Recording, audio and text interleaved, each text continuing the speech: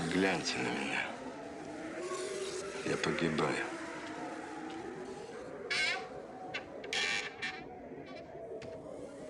Негодяи в грязном колпаке. Повар столовой нормального питания, служащих Центрального совета народного хозяйства. Обварил мне Бог.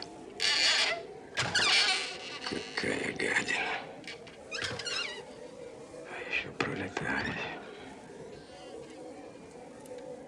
Господи, как больно. Чем я ему помешал? Неужели я обожру Совет народного хозяйства, если в помойке пороюсь?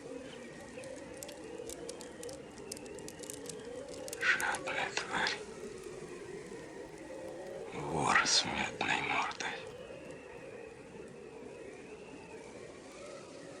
Боже, как есть хочется.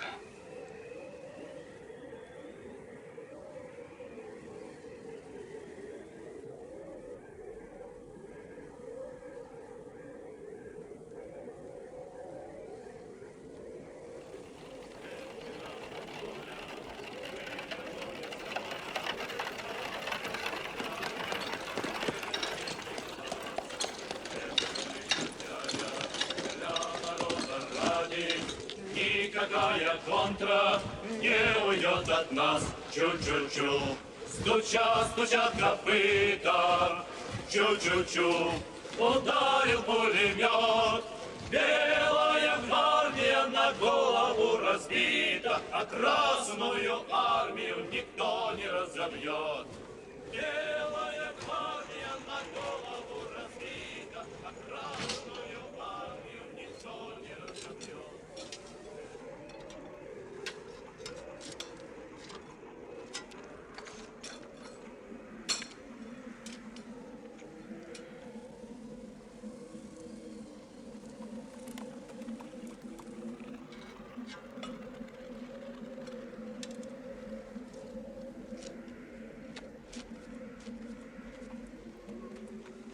Дворники из всех пролетариев самая гнусная мразь.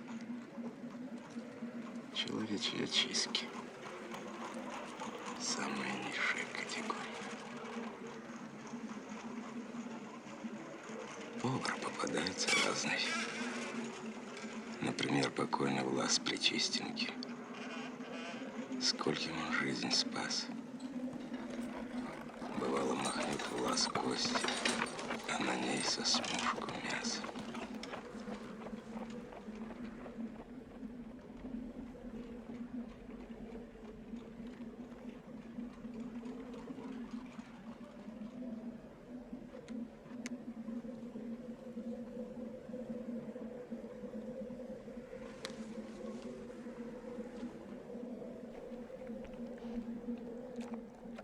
Шарик, замерз, бедняжка.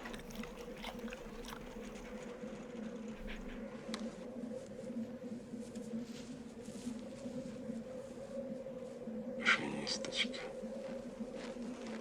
Получает по 9 разряду 4,5 червонца. На службе с нее вышли. Тухлятины в столовой накормили.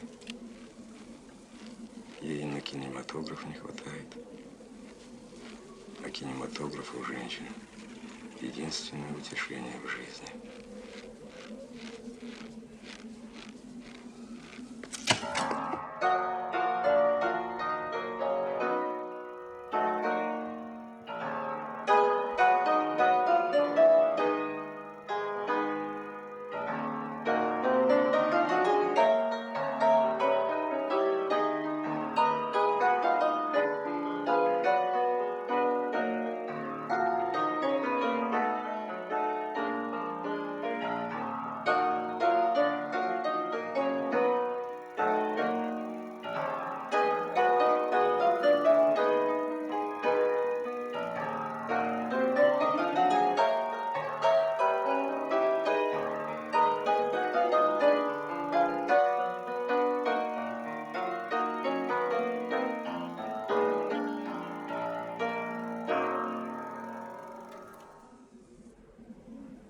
били вас по заду сапогом, а кирпичом по ребрам получали? Все тело мое изломано, бито. Надругались над ним люди. Достаточно. Шарик называла она меня. Какой я к черту шарик? Шарик — это значит круглый, упитанный, глупый. Овсянку жрет сын знатных родителей. А я? Даль моей карьеры видна мне совершенно отчетливо.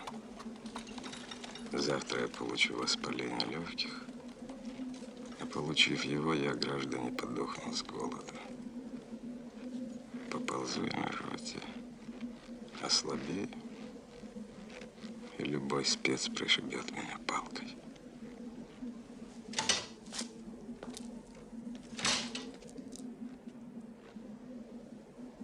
Да, этот тухлый солониный лопать не станет. Что он мог покупать в дрянном магазинишке? Колбасу. Господин, отдайте ее мне.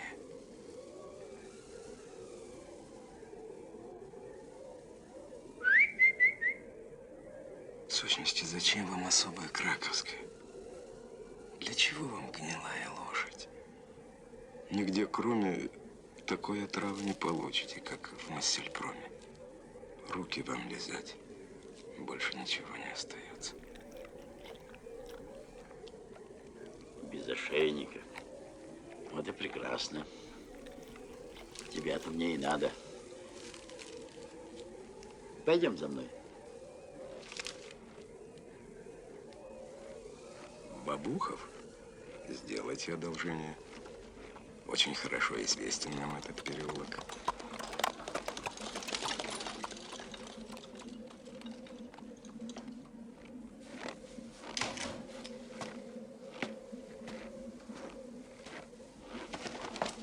Здравия желаю, Филипп Филиппович. Здравствуй, Федор. Писем не было? Никак нет. Ну что ж ты сидишь? Иди, не бойся. Нет, тут швейцар. Опаснее дворника. Даже котов. Ну иди, иди. Пожалуйте.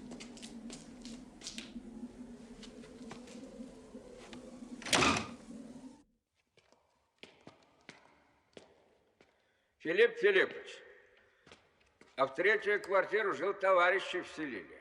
Ну? Так точно, целых 4 штуки. Боже мой, воображаю, что там делается в этой квартире. Ну и что же они? Да ничего, А Федор Павлович? за ширмами поехали и за кирпичом. Перегородки будут ставить, Филипп Филиппович. Что делается? Ай-яй-яй-яй. Ну, иди за мной.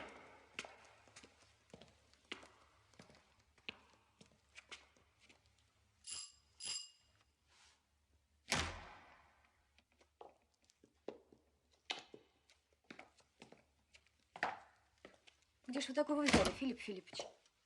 Да чего ж паршивый? Ну, что ты говоришь? Какой паршивый? Это не парша. О, это ожог. Это какой же негодяй тебя обварил? Сейчас я в смотровой, а мне халат. Ну, пойдем со мной. Пойдем. Сюда, сюда. Пойдем.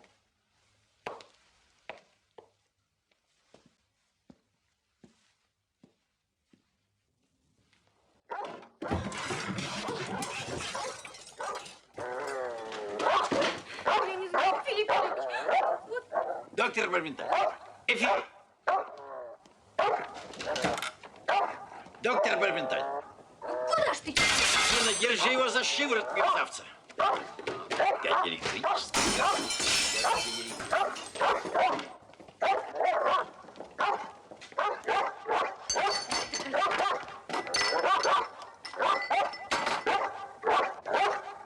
Сейчас. Осторожно, доктор!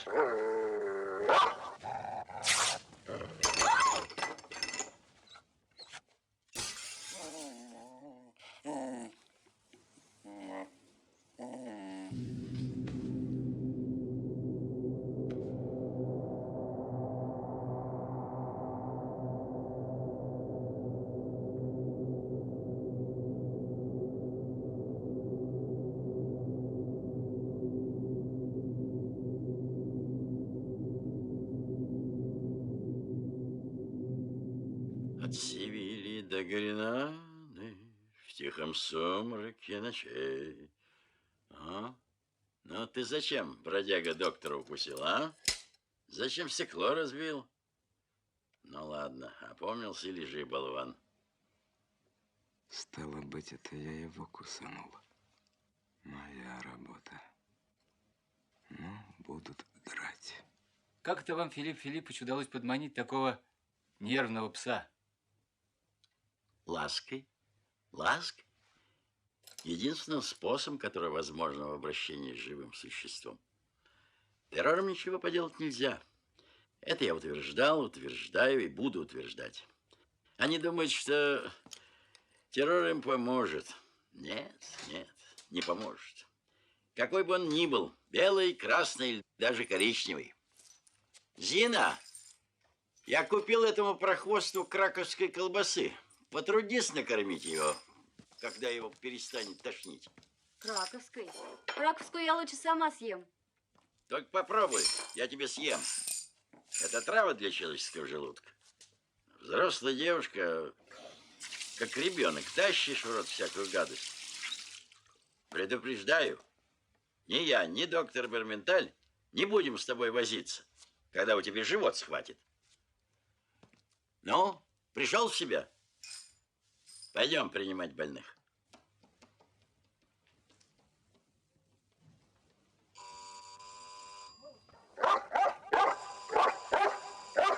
Молчать. Прежний.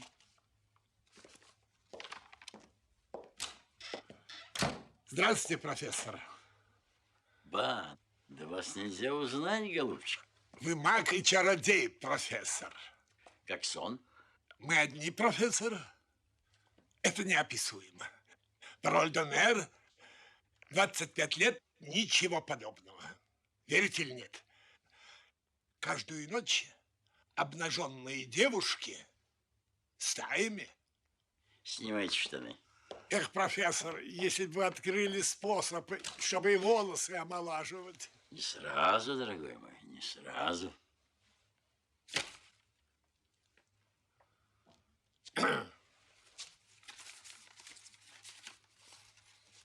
Вы, однако, смотрите, не злоупотребляйте. Я не злоупотребляю. Я, дорогой профессор, только в виде опыта. Ну и каковы результаты? О, 25 лет. Клянусь Богом, ничего подобного. Последний раз в 1899 году в Париже, на Рю-де-Ле-Пе. Ну что ж, прелестно. Все в полном порядке. Я, признаться, не ожидал такого результата. А много крови, много песен для прелестных. Иногда. Я же той, что всех прелестней. Раз, два, три.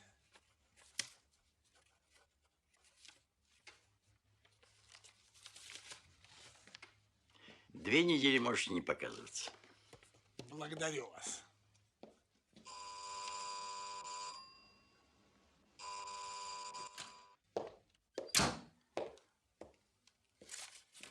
Годы показаны неправильно. Вероятно, 54-55. Тоны сердца глуховаты. Угу.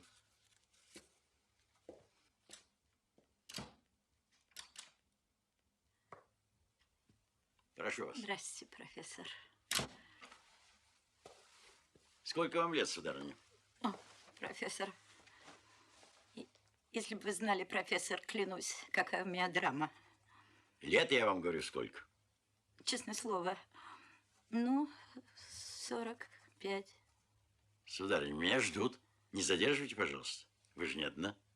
Я вам как одному, как светили науки. Сколько вам лет, сударыня? Это просто ужасно. 51. Снимайте штаны. Прошу. Это такая драма, профессор. Это так ужасно. Я просто не знаю, что мне делать. Помогите, профессор. Похабная квартирка. Но до чего хорошо. А на какого черта я ему понадобился? Неужели же жить оставит? Вот чудак. Да ведь ему только глазом мигнуть, он таким бы псом обзавелся, что ахнуть. А может, я красивый? Видно, мое счастье. А сову эту мы разъясним. Одевайтесь. Клянусь, профессор, этот Моррис, это моя единственная страсть. Он карточный шулер. Его знает вся Москва. Он не может пропустить ни одной гнусной модистки. Ведь он так дьявольски молод. Я вам, сударыня, вставлю яичники обезьяны. Как? Неужели, профессор, обезьяны? Да. А когда же операция? От Сибири до Гренады в тихом сумраке ночей. Понедельник. Ляжьте в клинику утром. Мой ассистент приготовит вас. Нет, я не хочу в клинику. А нельзя ли у вас, профессор? Нельзя, ведь я у себя делаю операции лишь в крайних случаях. Это слишком дорого стоит. 50 червонцев. Я согласна. Договорились. До свидания, профессор.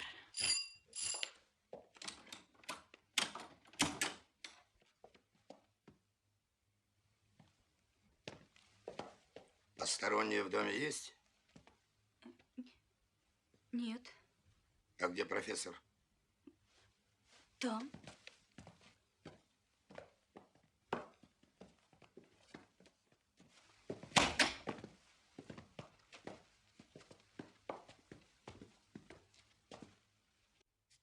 Вы ко мне? Спокойно, товарищ. Мы к вам, профессор, и вот по какому делу. Вы напрасно, господа, ходите без калош. Во-первых, вы простудитесь, а во-вторых, вы наследите меня на коврах. А все ковры у меня персидские. Во-первых, мы не господа. Во-первых, вы мужчина или женщина? Какая разница, товарищ? Я женщина. В таком случае вы можете остаться в кепке. А вас, милостивый государь, попрошу снять ваш головной убор. Я вам не милостивый государь. Мы к вам, профессор, и вот по какому делу. Кто это мы? Мы новое домоуправление нашего дома. Я Швондер, она Вяземская, товарищ Пеструхин и товарищ Жаровкин.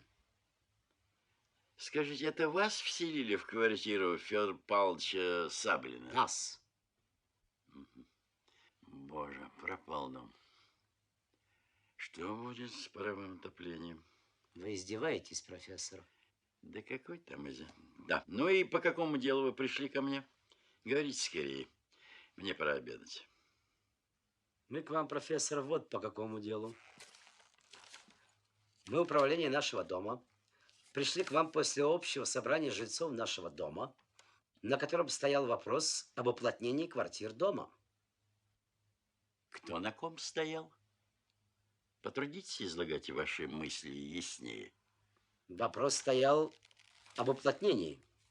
А вам известно, что постановлением от 12.04.24 я освобожден от какого-либо уплотнения? Известно. Но общее собрание жильцов нашего дома, рассмотрев ваш вопрос, пришло к заключению, что в общем и целом вы занимаете чрезмерную площадь. Совершенно чрезмерную. Вы один живете в 7 комнатах. Живу и работаю в 7 комнатах.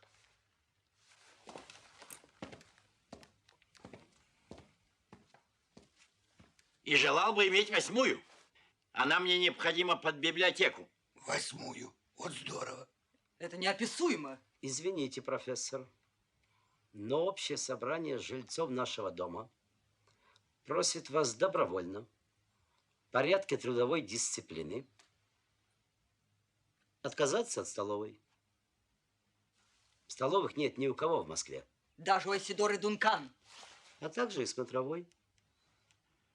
Кстати, смотровой может соединить с кабинетом. Вполне. Правильно, товарищ? И где же я должен принимать пищу? В спальне. Спальня. Спальня. Очень возможно, что Исидора Дункан так и делает. Может быть, она в кабинете обедает, а в ванной режет кроликов. Может быть. Но я и не Исидора Дункан. Я буду обедать в столовой, а оперировать в операционной. Передайте это общему собранию. А мне предоставьте возможность принимать пищу там, где ее принимают все нормальные люди. А не в передней и не в детской. Тогда, профессор, ввиду вашего упорного противодействия, мы подадим жалобу в высшей инстанции. Одну минуточку. Я вас прошу подождать.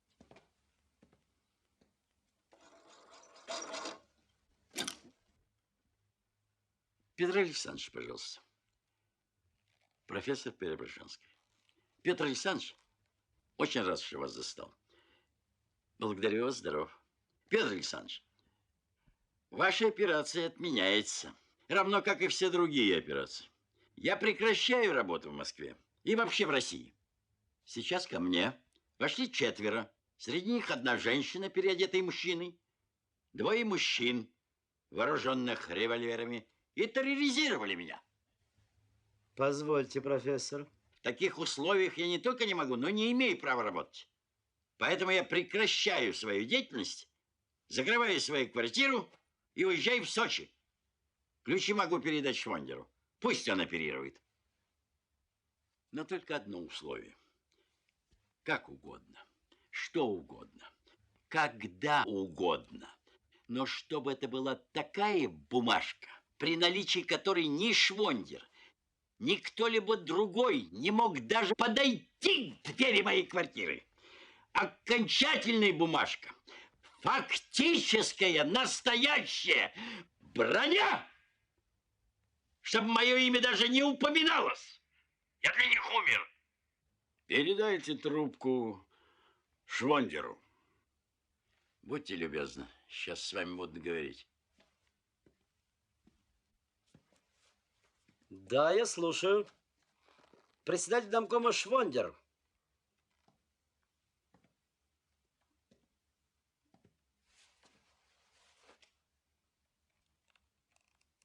Так.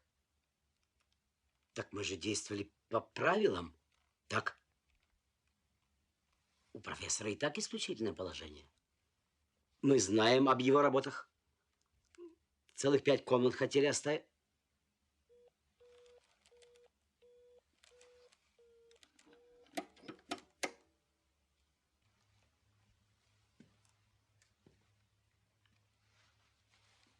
Это какой-то позор.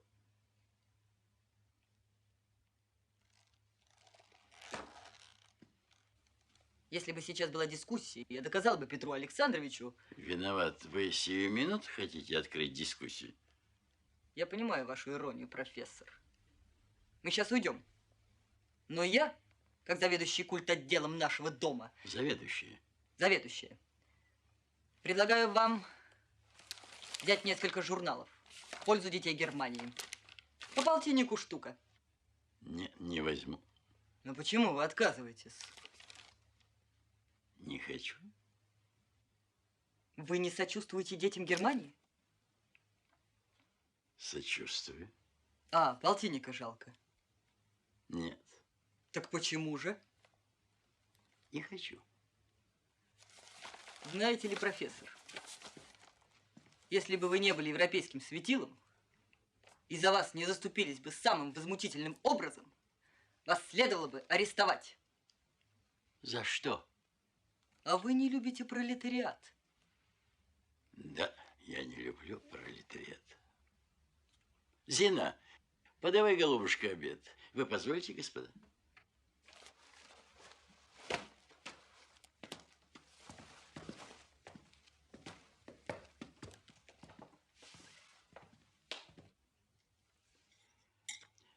Доктор Барбендаль, оставьте икру в покое, умоляю вас. И послушайте моего доброго совета. Налейте не английской, а обыкновенной русской водки. Новоблагословенная? Бог с вами, голубчик. Дарья Петровна сама отлично готовит водку. Не скажите, Филипп Филиппович. Все утверждают, что новая очень приличная. 30 градусов. А водка должна быть в 40 градусов, а не в 30, это во-первых. Во-вторых, бог знает, чего они туда плеснули. Вы можете сказать, что им придет в голову? Все что угодно. И я того же мнения. О, а теперь, Иван Иванович, мгновенно вот эту штучку. Если вы мне скажете, это плохо, вы мой кровный враг на всю жизнь.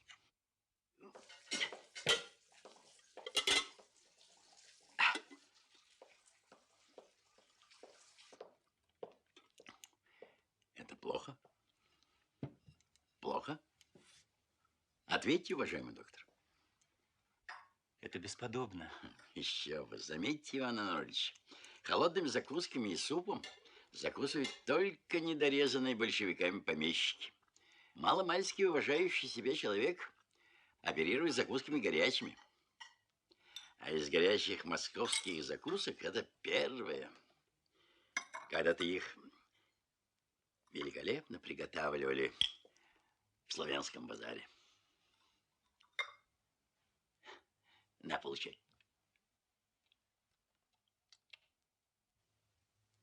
Пса в столовой прикармливаете? Потом его отсюда калачом не выманишь. Ничего, бедняга наголодался. Еда, Иван Арнольдович, штука хитрая. Есть надо уметь. А представьте себе, большинство людей есть вовсе не умеют. Нужно не только знать, что есть, но и когда, как и что при этом говорить. А если вы заботитесь о своем пищеварении, мой добрый совет: не говорите за обедом о большевизме и медицине. И, Боже, вас сохрани, не читайте до обеда советских газет. Да ведь других нет. Вот никаких и не читайте. Я произвел 30 наблюдений у себя в клинике. И что же вы думаете? Те мои пациенты, которых я заставлял читать правду, теряли в весе. Мало этого. Пониженные коленные рефлексы, скверный аппетит и угнетенное состояние духа. Да. Суровые годы уходят, борьбы за свободу страны. За ними другие приходят, они будут тоже трудны. Зина, что это значит? Опять общее собрание сделали. Опять? Ну, теперь стало пошло. Пропал дом. Все будет как по маслу. Вначале каждый вечер пение, затем в сортирах замерзнут трубы, потом лопнет паровое отопление и так далее. Вы слишком мрачно смотрите на вещи, Филипп Филиппович. Они теперь резко изменились. Голубчик, я уж не говорю о паровом отоплении. Пусть, раз социальная революция, не надо топить. Но я спрашиваю, почему это? Когда это началось, все стали ходить в грязных калошах и валенках по мраморной лестнице. Вот это да. И почему это нужно, чтобы до сих пор еще запирать калоши и приставлять к ним солдата, чтобы их кто-нибудь не стащил? Он бы прямо на митингах мог деньги зарабатывать. Первоклассный деляга. Почему убрали ковер с парадной лестницы? Что? Карл Маркс запрещает держать на лестнице ковры? Где-нибудь у Карла Маркса сказано, что второй подъезд дома на Причистенке нужно забить досками, а ходить кругом вокруг через черный вход. Кому это нужно? И почему это пролетарий не может снять свои грязные калоши внизу, а пачкает мрамор? Да у него ведь, Филипп Филиппович, вовсе нет калош. Ничего похожего. На нем теперь есть калоши. И это калоши мои. Это как раз те самые калоши, которые исчезли весной 17-го года. Спрашивается, кто и попер? Я? Не может быть. Буржуй Саблин? Сахарозаводчик Полозов? Да ни в коем случае. Это сделали как раз вот эти самые пивуны. Да хотя они бы снимали их на лестнице. Какого черта убрали цветы из площадок? Почему электричество? Дай бог памяти, тухло в течение 20 лет 2 раза, в теперешнее время аккуратно гаснет 2 раза в день. Разруха, Филипп Филиппович. А что означает эта ваша разруха? Старуха с клюкой? Ведьма, которая вышибла все стекла, потушила все лампы? Да ее вовсе не существует, доктор. Что вы подразумеваете под этим словом, а? А это вот что. Когда я вместо того, чтобы оперировать каждый вечер, начну в квартире петь хором, у меня настанет разруха.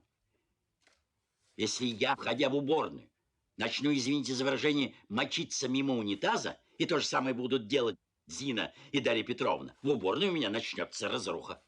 Следовательно, разруха не в клозетах, а в головах. Значит, когда эти баритоны кричат «Долой разруху!», я смеюсь. Ей-богу, мне смешно. Это означает, что каждый из них должен лупить себя по затылку. И вот когда он выбьет из себя все эти, понимаете, галлюцинации и займется чисткой сараев прямым своим делом, разруха исчезнет сама собой. 2 богам служить нельзя, дорогой доктор. Невозможно в одно и то же самое время подметать трамвайные пути и устраивать судьбы каких-то иностранных оборванцев. Контрреволюционные вещи, говорите, Филипп Филиппович? А ничего опасного. Никакой контрреволюции. Кстати, вот еще слово, которое я совершенно не выношу. Абсолютно неизвестно, что под ним скрывается. Черт знает что. Так вот я и говорю, никакой контрреволюции в моих словах нет. В них здравый смысл и жизненная опытность. Мерси. Я вам сегодня вечером не нужен, Филипп Филиппович? Нет, благодарю вас.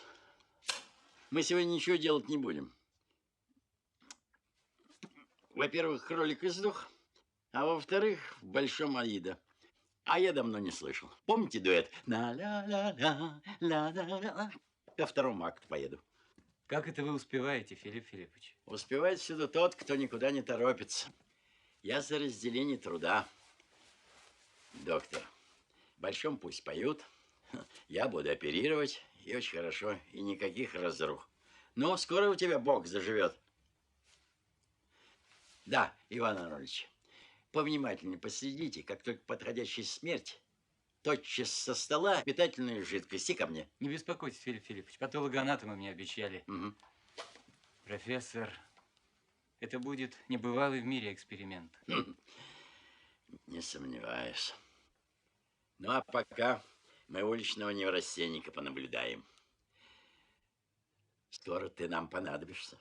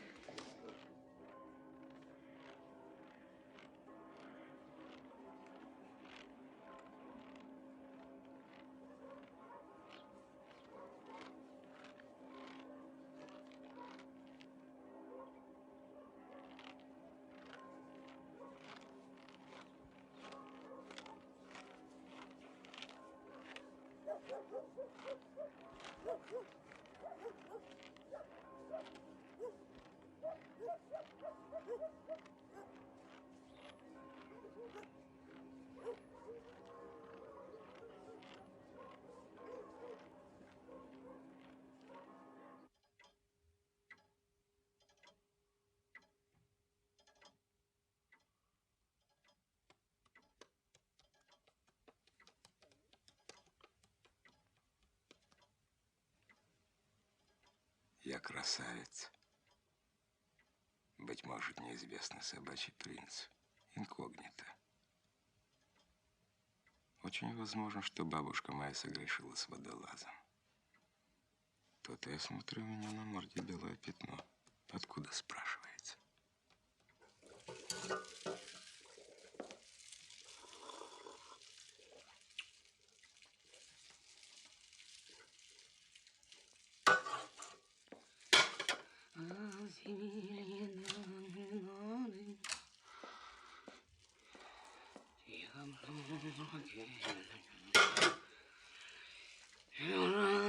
Задаются серенады.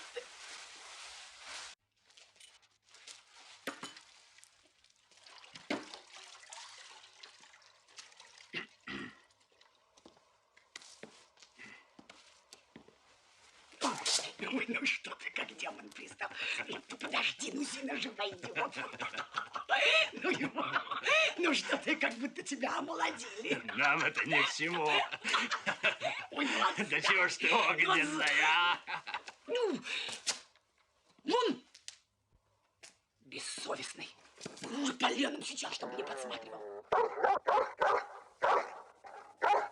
Я нарочно не убрала, Филипп Филиппович, чтобы вы полюбовались. Вы морды его потычьте в сову, чтобы он знал, как вещи портить.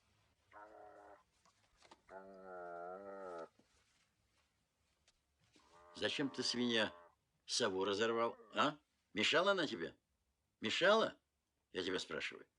Зачем профессора Мечникова разбил? Его нужно хоть раз хлыстом отодрать, а то он совсем избалуется. Вы посмотрите, что он с вашими калошами сделал, Филипп Филиппович. Не надо никого никогда драть. Запомни это раз и навсегда. На человека и на животное можно действовать только внушением. Мясо ему давали?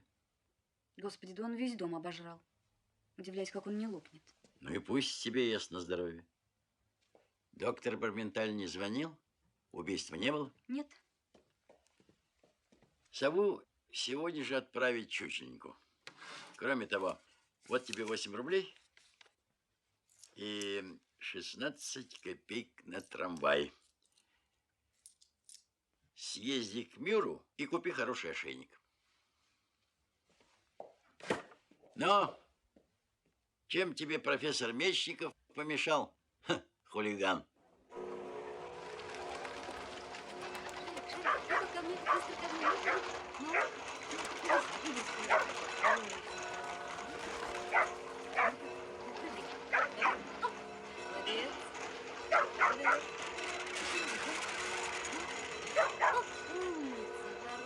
поцеловать.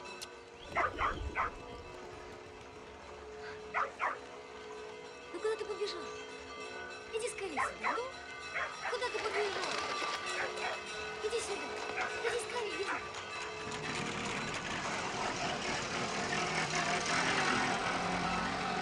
Мошенник все равно, что портфель. Я вытащил самый главный собачий билет. Ножом в сердце? Отлично. Сейчас же везите. Сейчас же. Зина, Дарья Петровна к телефону записывать. Никого не принимать. Переодевайся, ты мне нужна.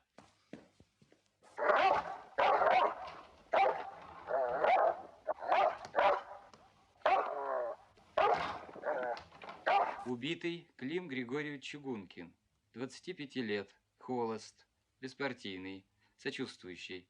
Судился 3 раза и оправдан. Первый раз благодаря недостатку улик. Второй раз спасло происхождение. Третий раз условно каторга на 15 лет. Кражи. Профессия – игра на балалайке по трактирам. Печень расширена. Алкоголь. Причина смерти – удар ножом в сердце, пивной стоп-сигнал. Пойдем со мной. Пойдем, Шарик. Пойдем. Вот. Пойдем. Ну, куда же ты? Ну, Шарик. Шарик. Ну, пойдем, не бойся.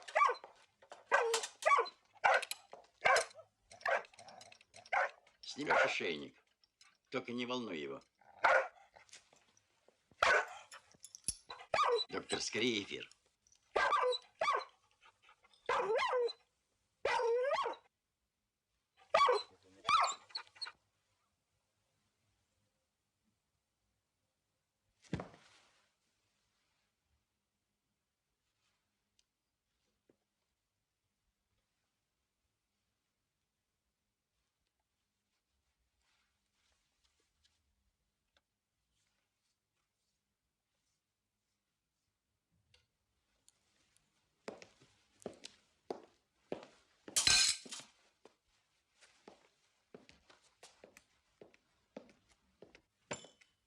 Можно мне уйти, Филипп Филиппович?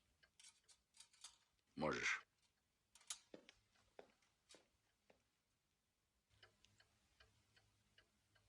Ну, доктор, на все про все у нас 9,5 минут. С Богом, нож.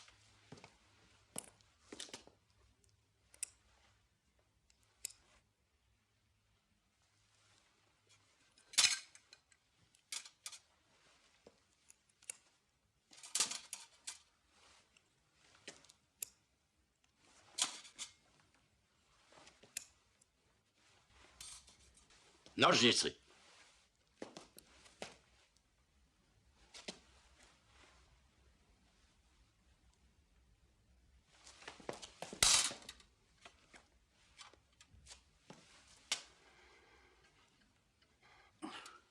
Железы давайте.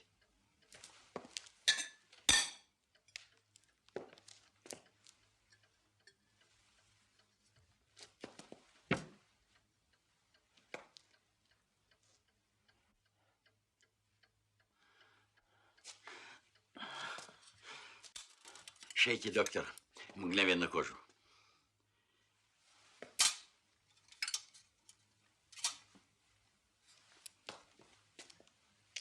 Вам нет равных в Европе, ей-богу, профессор. Перестаньте. Переворачивайте ее.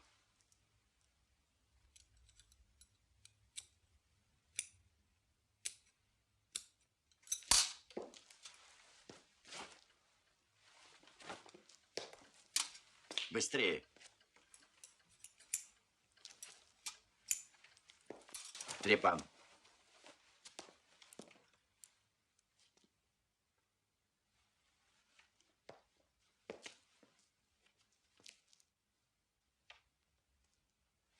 Пульс резко падает. Колите.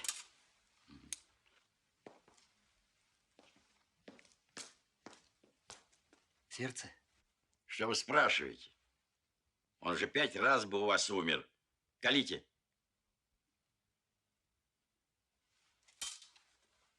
живет на еле-еле.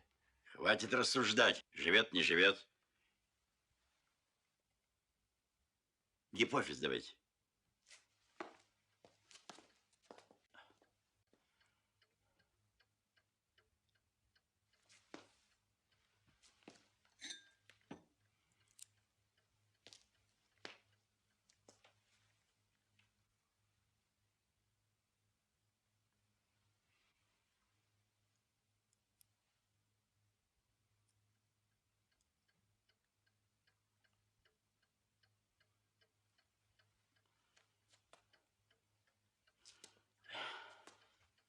Десять минут. Умер, конечно. Нитевидный пульс? Шейте. Дина! Свежее белье и ванну.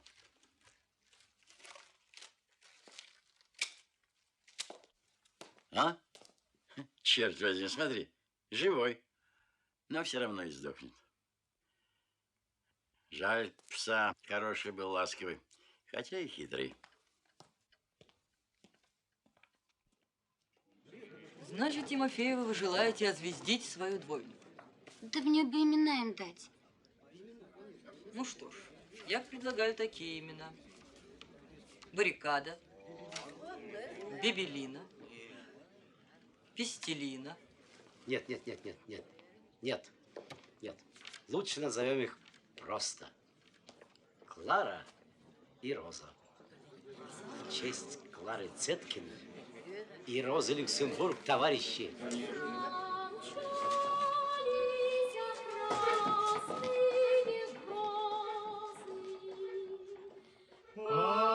Победа настала кругом.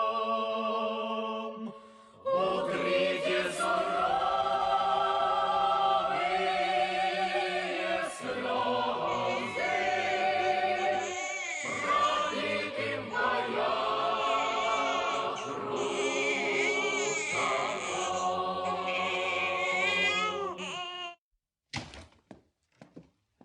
Знакомьтесь, коллега. Профессор по кафедре кожных болезней Василий Васильевич Бондарев и директор Московского ветеринарно-показательного института Николай Николаевич Персиков. Здравствуйте. Прошу.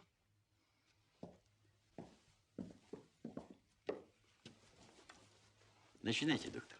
Я просто теряюсь. Ей-богу, сойти с ума. Начинайте, начинайте. 23 декабря произведена первая в Европе операция по методу профессора Преображенского. Под хлороформенным наркозом удалены семенные железы и гипофиз собаки, и вместо них пересажены железы и гипофиз, взятые от скончавшегося мужчины. Показания к операции. Постановка опыта для выяснения вопроса о приживаемости гипофиза и о его влиянии на омоложение. Оперировал профессор Преображенский, ассистировал доктор Браменталь. Интересно. Ну и что? Да, и каковы результаты? Результаты поразительные. Обнаружено выпадение шерсти на лбу и на боках туловища. Лай вместо слова гау-гау напоминает стон и отдаленно похож на звуки а и ы. Но главное – это вытягивание конечностей и замена когтей ногтями.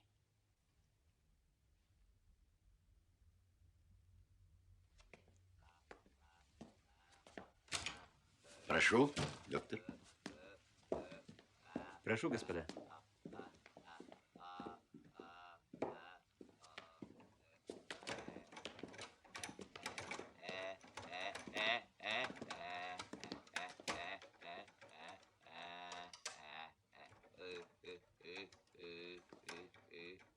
Странно. Симптомы появились на 4-й день после операции. Ногти растут прямо на глазах. Я наблюдаю это уже 2 дня. Поздравляю вас, коллега. Герой Уэллса по сравнению с вами просто вздор. А я-то думал, что все это сказка. Что вы толкуете об Уэллсе, о мелких вещах, коллега? Вы сделали неслыханное. Переворот в медицине. Триумф. Я очень рад. Однако, коллеги, какой мы поставим диагноз? Случай не описан в литературе. Я затрудняюсь. Никто такого еще не видел. Наблюдай. Дайте ему селедки. Изменение вкуса произошло вчера.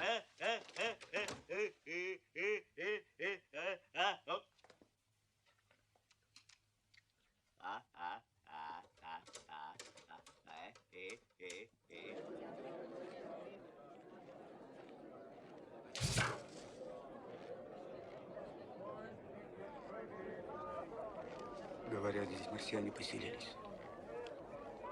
Какие к черту марсиане? Вот, черным по белому от 7 января. Слухи о марсианах в Обуховом переулке распущены торговцами Сухаревки. Они бы устроены как? Понятно? Так чего вы здесь торчите? Черт.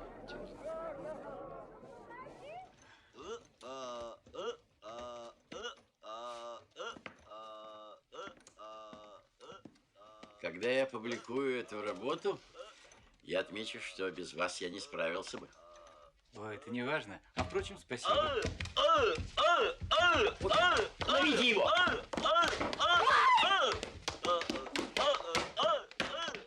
Профессор, он встал на ноги. Однако, как он набирает вес? 25 килограммов. Да жрет же вдвое больше, чем прежде. Включите фонограф. Ой, это феноменально.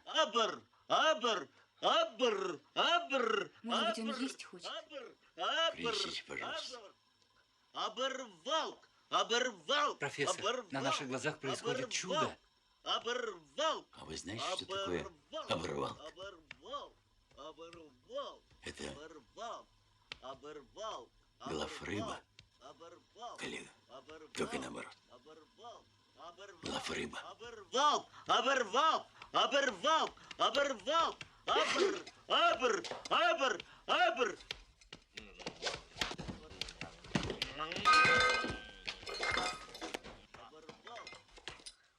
Доктор, дешатерный спирт. Профессор, у него отвалился хвост. Быть может, на долгие века запомнит человечество это наследие, доставшееся науке от эпохи военного коммунизма. Пусть из этих, живущих отдельной жизнью желез, будут созданы особые рабочие станки, специальные фабрики по омоложению и исправлению живых людей.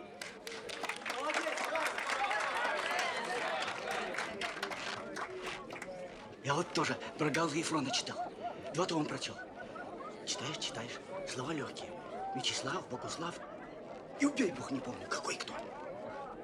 Книжку закроешь, все вылетело. Помню одно. Мандриан. Какой, думаю, Мандриан? Нет там никакого Мандриана. Там с левой стороны 2 Бронецких. Один господин Адриан, другой Мариан. А у меня Мандриан. А у меня Мандриан. Нет. Приема не будет. Не могу. Черт-те что. 82 звонка, словно с ума сошли. Иван Аронович, я прошу вас.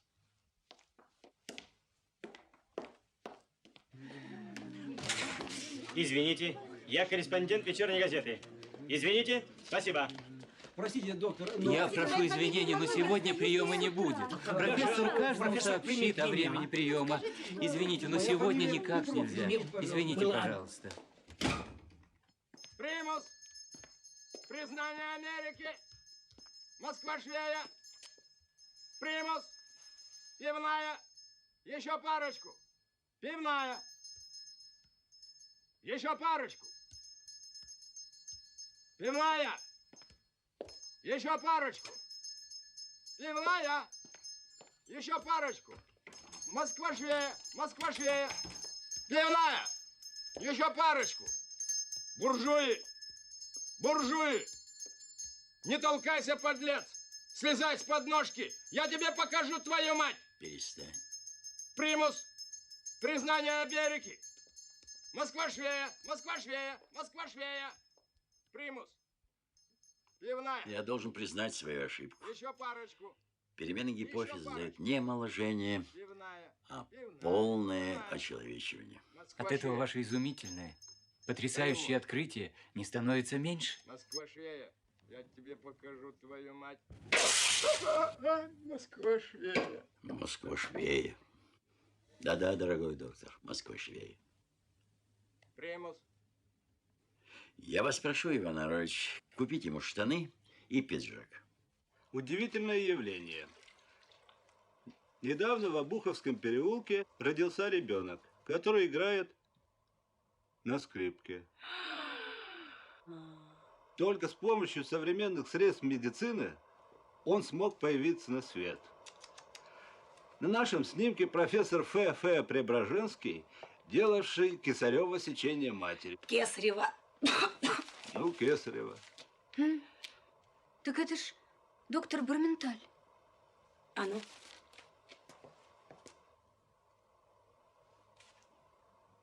Истинно вам говорю. 4 мая 1925 года Земля налетит на небесную ось. Ой, это точно говорю. Точно.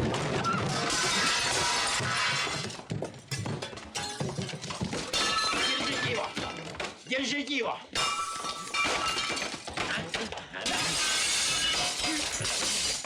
Я тебе.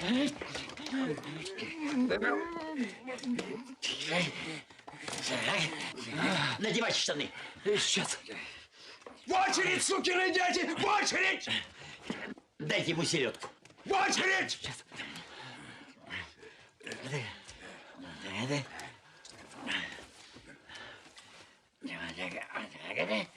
Дай папиросочку. У тебя брюки в полосочку.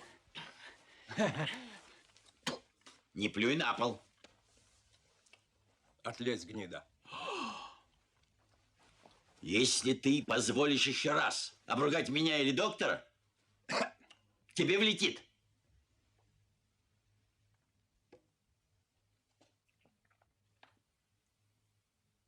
Он понимает. Филипп Филиппович, он понимает. С каждым днем в нем просыпается сознание. Профессор, Шарик разовьется в чрезвычайно высокую психическую личность. Вы думаете? Что с вами, Филипп Филиппович? Такой кабак мы с вами наделали с этим гипофизом, что прямо хоть из квартиры беги. Я вас очень прошу, дорогой Иван Аронович, переезжайте ко мне на время, а то я с ним не справлюсь.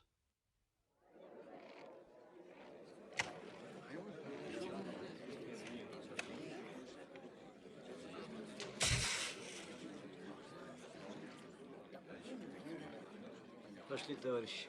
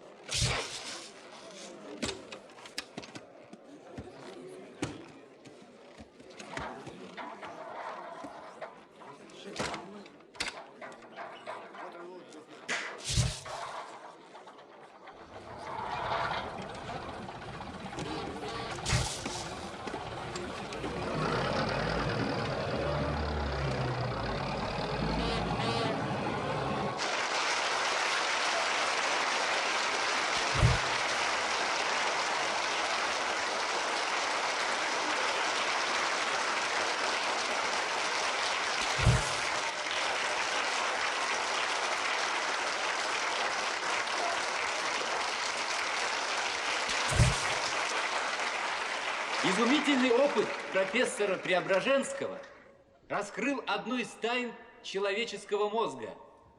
Отныне загадочная функция гипофиза разъяснена.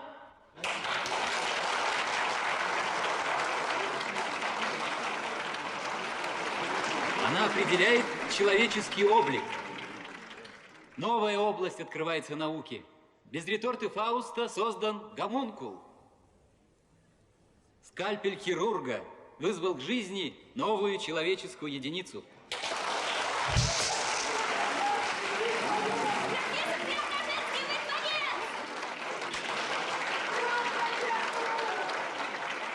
По строению тела человек совершенный, вес 3 пуда, рост маленький, ест человеческую пищу, начал курить, играет на музыкальных инструментах.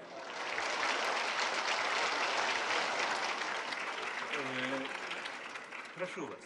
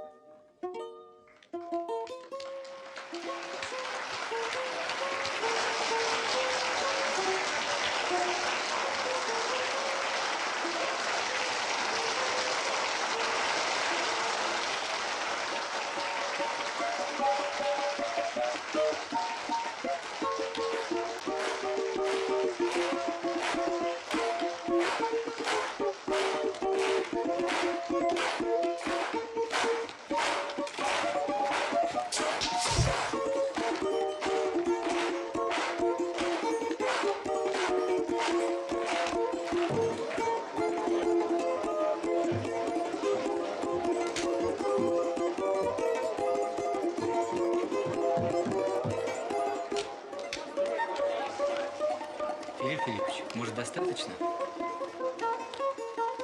Эх, говори, Москва, разговаривай, Россия! Эх, яблочко, ты мое спелое, а вот барышня идет кожа белая.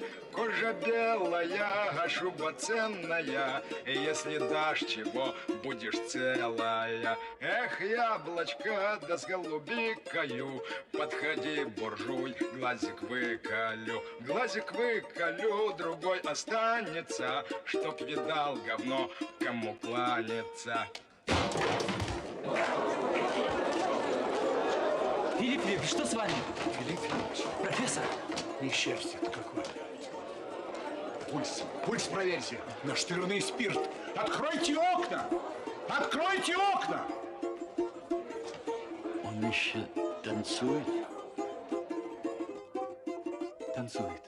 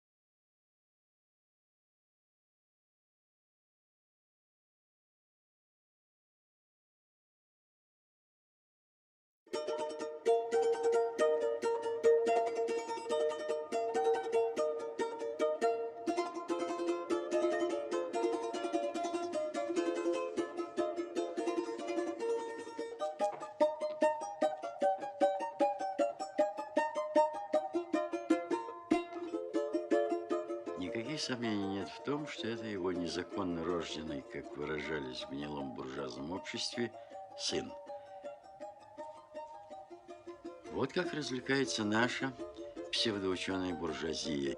7 комнат, каждый умеет занимать до тех пор, пока блистающий меч правосудия не сверкнул над ним красным лучом. Швондер.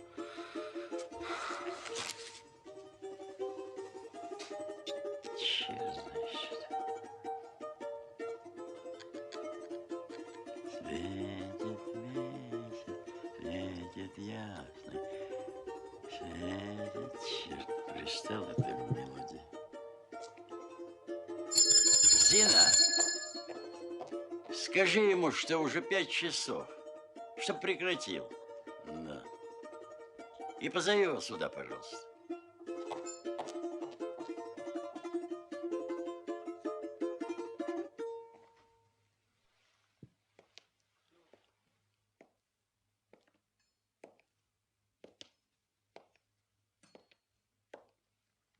Я, кажется, 2 раза уже просил не спать на палатях в кухне, тем более днем. Воздух в кухне приятнее. Что это за гадость? Я говорю о галстуке. Чем же гадость? Шикарный галстук. Дарья Петровна подарила. Дарья Петровна вам мерзость подарила, вроде этих ботинок. Что это за сияющая чепуха? Чего, я хуже людей? Пойдите на Кузнецкий. Все в лаковых. Спанье на палатях отменяется. Понятно? Там женщины. Ну уж и женщины, подумаешь. Барыни какие. Обыкновенная прислуга Афорсу, как у комиссарши. Это вся Зинка ябедничает. Не сметь Зину называть Зинкой. Понятно?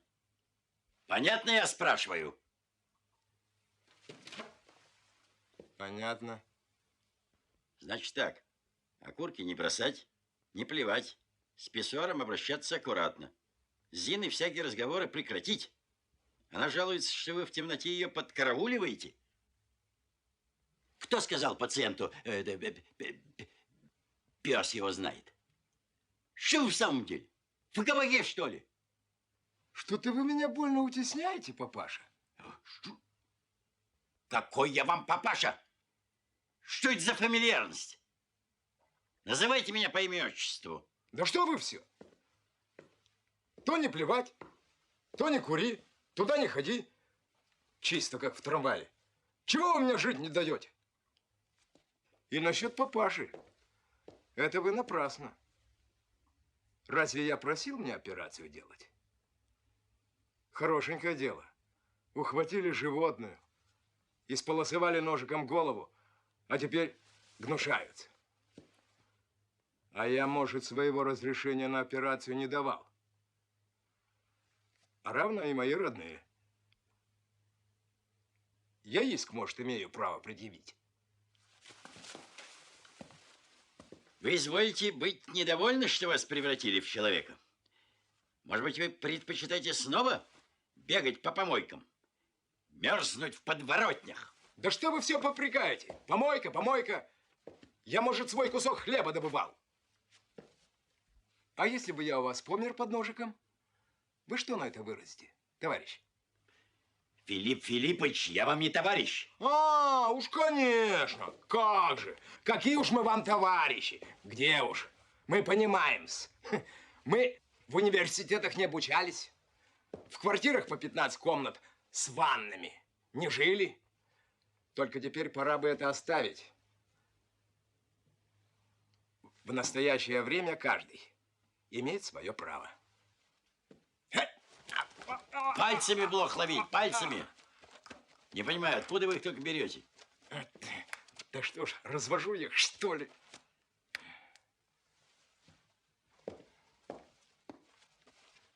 Видно, блохи меня любят. Но нету время рыдать, рыдать, когда смеем мы стремя на сталь труда. На все вопросы один ответ. И никакого другого нет. Документ, Филипп Филиппович, мне надо. Документ? Черт. А может быть, это как-нибудь... Это уж извиняюсь. Сами знаете, человеку без документов строго воспрещается существовать. Во-первых, домком. Ну, при чем тут домком? Как это при чем? Встречают, спрашивают. Когда же ты, говорят, многоуважаемый, пропишешься? Воображаю, что вы им наговорили. Ведь я запрещал вам шляться по лестницам. Довольно обидные ваши слова.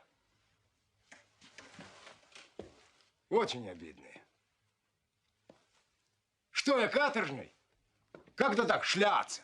Ну и что же он говорит, этот ваш прелестный домком? Вы его напрасно прелестным ругаете. Он интересы защищает. Чьи интересы, позвольте осведомиться? Известно чьи. Трудового элемента. Вы что же, труженик? Да уж известно, не Непман. Ну что же ему нужно в защите ваших революционных интересов?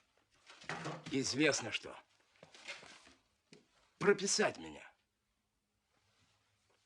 Они говорят, где ж это видано, чтоб человек проживал непрописанный в Москве. Это раз. А самое главное, учетная карточка. Я дезертиром быть не желаю. Опять же, союз, биржа. Но позвольте узнать, как же я вас пропишу? У вас же нет ни имени, ни фамилии. Это несправедливо. Имя я себе совершенно спокойно могу избрать. Пропечатал в газете и шабаш. И как же вам угодно именоваться?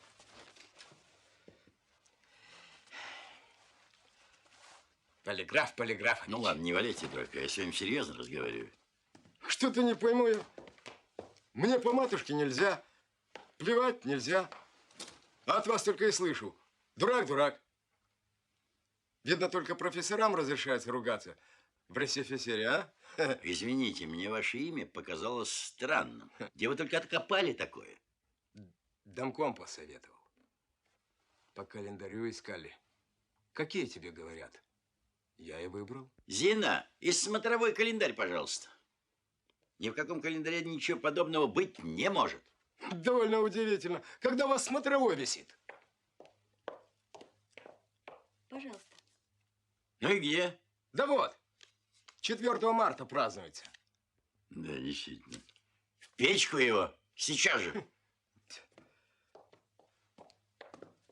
Ну, а фамилию позвольте узнать? Фамилию? Я согласен наследственную принять.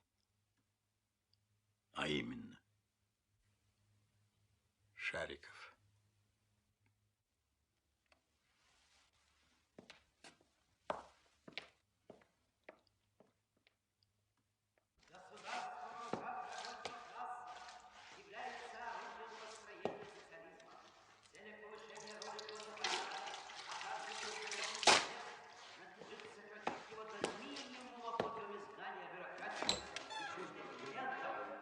Как говорит товарищ Троцкий в своих многочисленных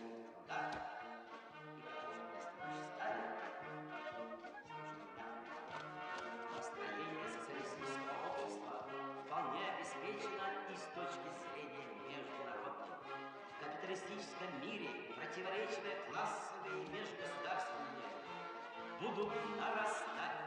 Запомни это навсегда. Классовые бои между пролетариатом и буржуазией неизбежно усилятся. Раскрывающиеся национально-освободительные движения. Ну и что там писать? Ну что ж, дело несложное. Пишите удостоверение, гражданин профессор. Что так, мол, и так. Предъявитель всего. Действительно, Шариков Полиграф Полиграфович, зародившийся, мол, в вашей квартире. Вот черт, глупее ничего себе и представить нельзя. Ничего он не зародился, а просто, ну, одним словом...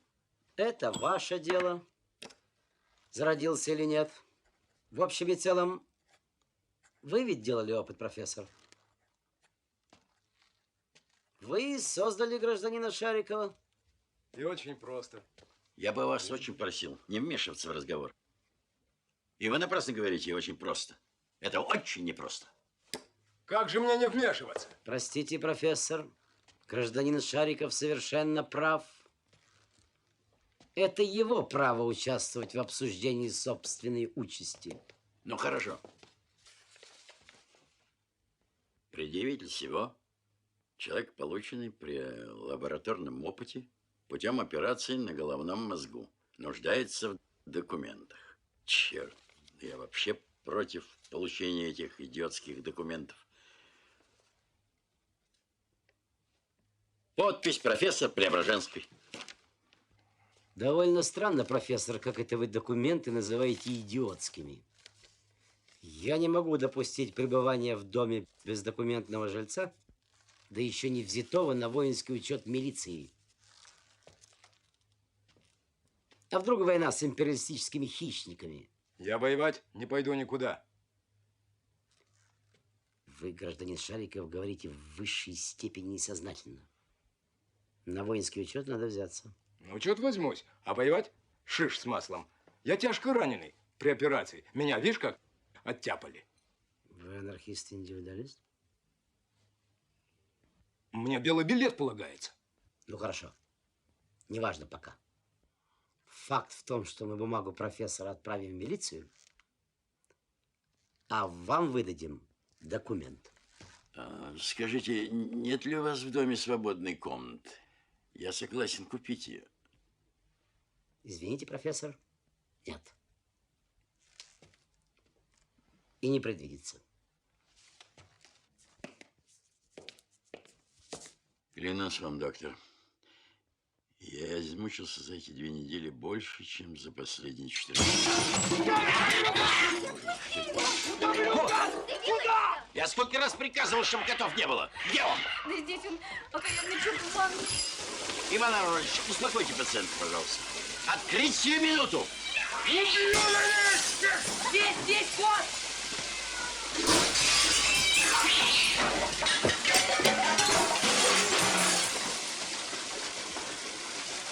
Сию же минуту извольте выйти отсюда. Зачем вы заперли? Какого черта я не слышу? Закройте воду. Да закройте же воду! Закрой воду, дурак! Я не понимаю, что он сделал? Вот он! Вы с ума сошли? Почему вы не выходите? Защелкнулся я! Ну, откройте замок. Замков никогда не видели. Да не открывается, окаянный! Там пупочка такая есть. Там пупочка есть! Нажмите ее к низу. Вниз надо! Вниз нажимайте, вниз! Ни пса не видно! Лампу зажгите! Он взвесился. Собака! Да котяра проклятую лампу раскокал, а я стал и подлеца за ноги хватать, кран вывернул, а теперь найти не могу. Господи Иисусе, помилуй нас грешных. Что вам надо? Сапсковая странница. Пришла собачку говорящую посмотреть. Прошу вас. Она Сапсковая. Прошу, прошу. Дарья Петровна, я ж просил вас. Ну, Филипп Филиппович, ну они целый день ходят и ходят.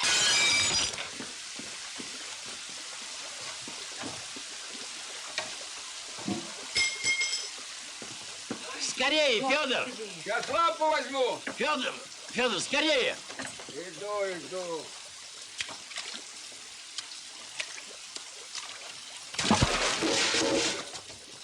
Федор, ну что там? Филипп Филиппович, надо открывать. Пусть разойдется, отсосем из кубки. Открывай!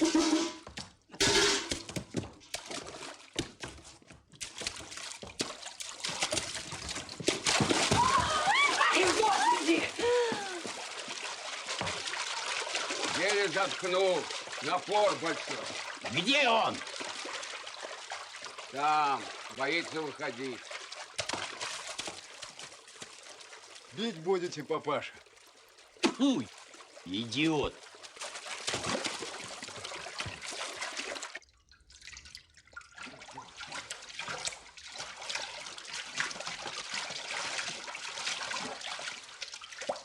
Ты что это, леший, ее по всей квартире гоняешь? Набирай вон в миску. Да что в миску? Она в парадное вылезет. О, дурак. Сегодня приема не будет, у нас несчастье. Труба лопнула. Нет, сегодня никак не получится. Сегодня никак не... Зина, отсюда вытирать, она же сейчас на парадной потечет. Ну что же вы, а? Хорошо, ладно. Нет, сегодня никак не получится. Нет, завтра, в другой день. Иван Арольевич, идите в спальню, я вам туфли дам. Чего, Филипп Филиппович? Какие пустяки? О, Господи. Оденьте галоши. Да все равно уже ноги мокрые. Ах ты, боже мой. Да чего вредное животное? Это кого вы имеете в виду, позвольте вас спросить? Кота я имею в виду, такая сволочь. Я не видел более наглого существа, чем вы. И когда вы кончите гоняться за котами, дикарь. Какой дикарь? Ничего не дикарь. Его в квартире терпеть невозможно. Фарш слопал ударье. Я его поучить хотел. Вас самого надо поучить. Вы хоть раз смотрели на свою физиономию в зеркало?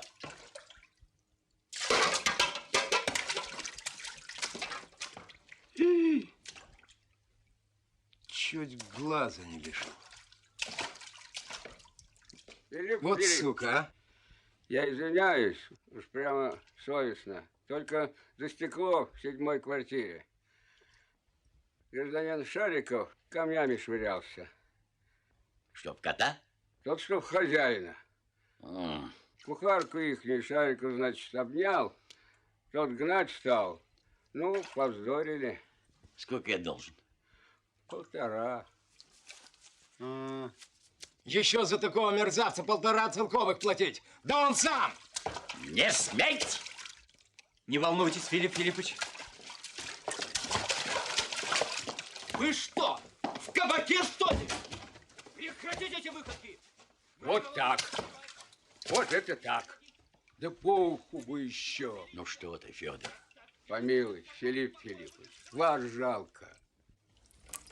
Дух императора, скажи, долго ли продержатся у власти большевики?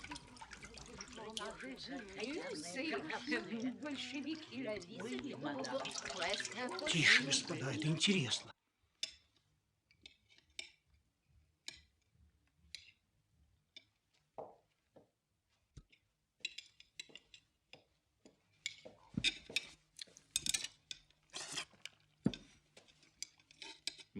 Нет. Извольте заложить салфетку. Ну что, ей-богу? Я не позволю вам есть, пока вы не заложите салфетку. Зина, примите у Шарикова тарелку. Как это так? Примите.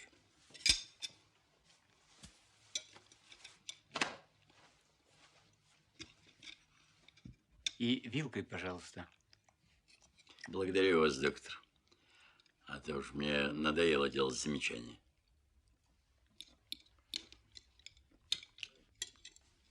Я водочки выпью. А не будет вам? Вам жалко? Вы, Шариков, чепуху говорите. И возмутительнее всего то, что говорите ее безапелляционно и уверенно. Водки мне, конечно, не жаль.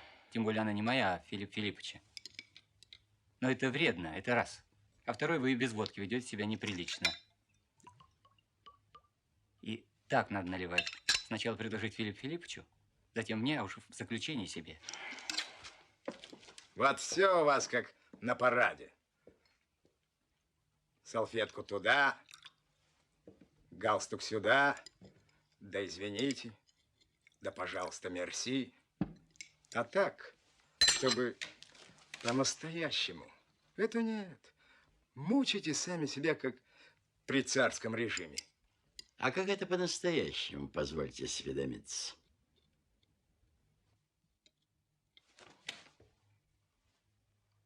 Желаю, чтобы все. И вам того же. Стаж. Ничего уж тут не поделаешь. Клим Чугункин. Вы полагаете, Филипп Филиппович? Нечего и полагать. И так все ясно.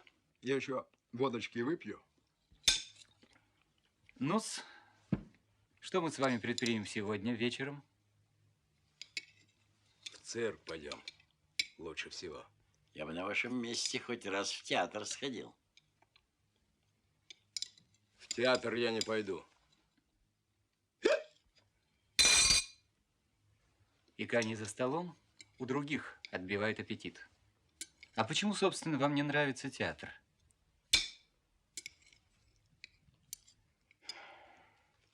Да дурака валянье. Разговаривает, разговаривает. Контрреволюция одна. Вы бы почитали что-нибудь, а то знаете ли... Уж и так, читаю. Зина, убирай, детка, водку. Так что же вы читаете? Робинзона Круза? Эту, как ее? Переписку Энгельса с этим. Как его дьявола? Скаутским.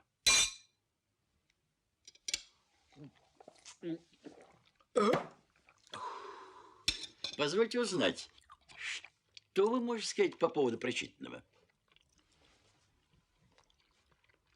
Да не согласен я. Что, с Энгельсом или Скаутским? С обоими. Это замечательно, клянусь Богом. Да, и что вы можете с своей стороны предложить? Да что тут предлагать? А то пишут. Конгресс, немцы какие-то, голова пухнет. Взять все, да и поделить. Как я и думал. Именно это я и полагал. А вы и способ знаете? Да какой тут способ? Дело не хитрое. А то что ж, один в 7 комнатах расселился, штанов у него 40 пар, а другой по помойкам шляется, питание ищет. Насчет 7 комнат, это вы, конечно, на меня намекаете. Ну что ж, хорошо, я не против дележа. Доктор, скольким мы вчера отказали? 39 человекам. Так, 390 рублей. С вас, Шариков, 130. Потрудитесь внести? Хорошенькое дело. Это за что такое? За кран и за кота! Филипп Филиппович. За безобразие, которое вы учинили, и благодаря которому сорвали прием. Человек как первобытный бегает по всему дому и срывает краны. Кто убил кошку мадам Полосухер? Кто? Вы, Шариков, 3-го дня укусили даму на лестнице. Да она меня по морде хлопнула. У меня и казенная морда. Потому что вы ее за грудь ущипнули. Вы стоите. Вы стоите на самой низкой ступени развития. Вы еще только формирующееся, слабое в умственном отношении существо. Все ваши поступки звериные. И вы в присутствии 2 людей с университетским образованием позволяете себе давать советы космического масштаба и космической же глупости о том, как все поделить. А сами в то же время наглотались зубного порошку. 3-го дня. Зарубите себе на носу, что вы должны молчать и слушать. Молчать и слушать, что вам говорят. Учиться и стараться стать хоть сколько-нибудь приемлемым членом социального общества.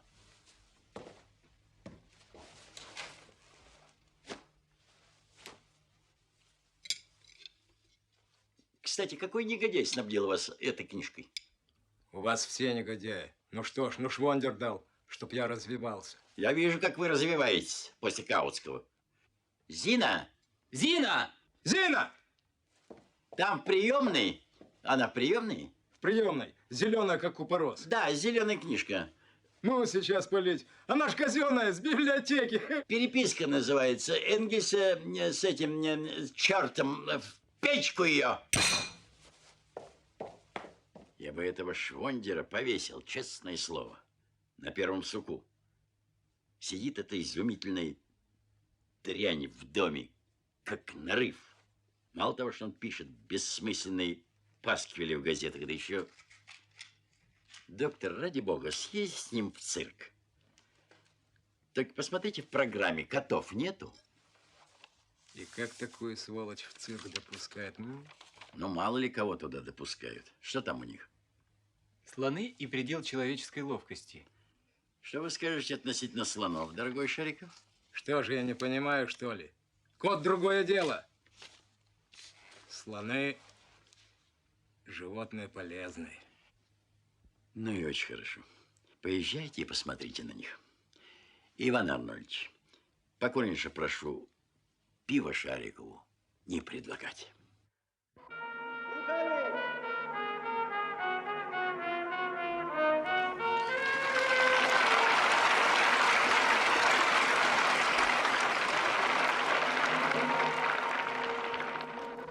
Уважаемая публика, честь имею представить вам знаменитую прорицательницу мадемуазель Жанну из Парижа и Сицилии.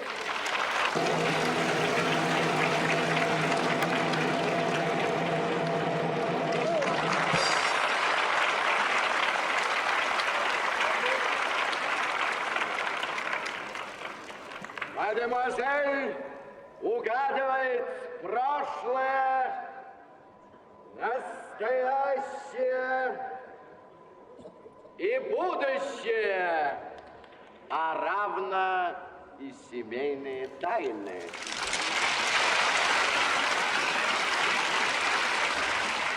Сделай загадочное лицо, дура. Мадемуазель Жанна!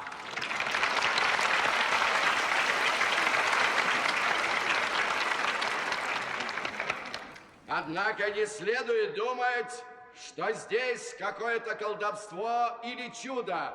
Ничего подобного, ибо чудес не бывает, как это доказал наш профессор Преображенский.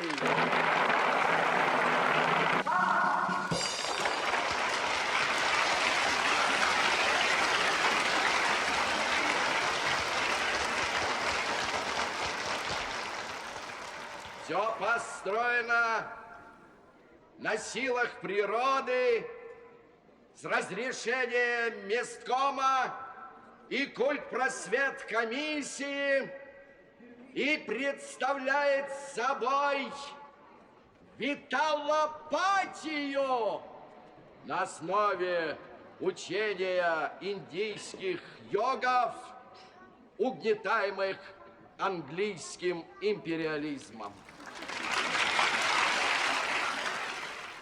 Прошу вопросы, товарищи. Какое самое главное событие в моей жизни? Впереди. Самое главное событие в вашей жизни у вас впереди.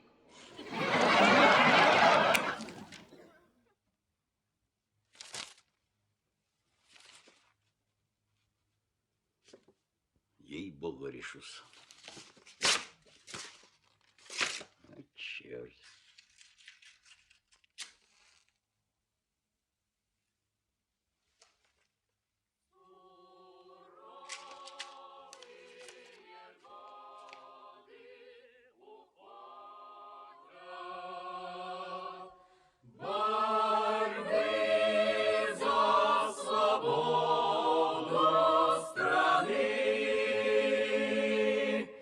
За ними другие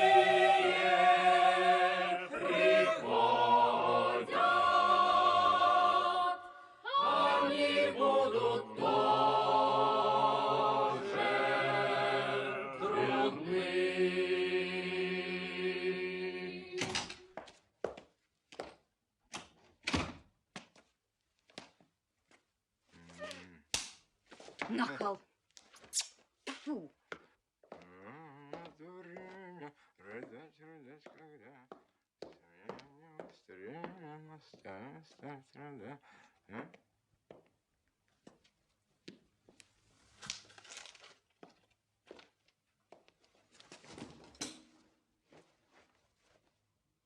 Барменталь!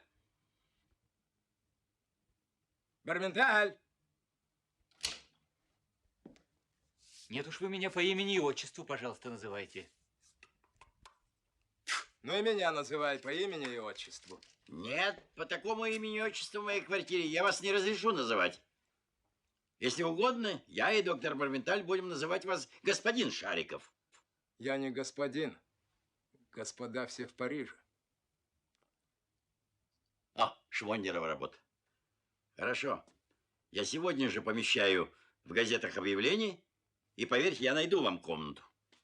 Ну да, такой дурак я. Что вы съехал отсюда? Как? Ну, знаете, вы не нахальничайте, мсье Шариков. Вот, член жилищного товарищества, и мне определенно полагается жилплощадь у ответственного съемщика Преображенского в 16 квадратных аршин. Благоволите? Нет, я этого Швондера в конце концов застрелю.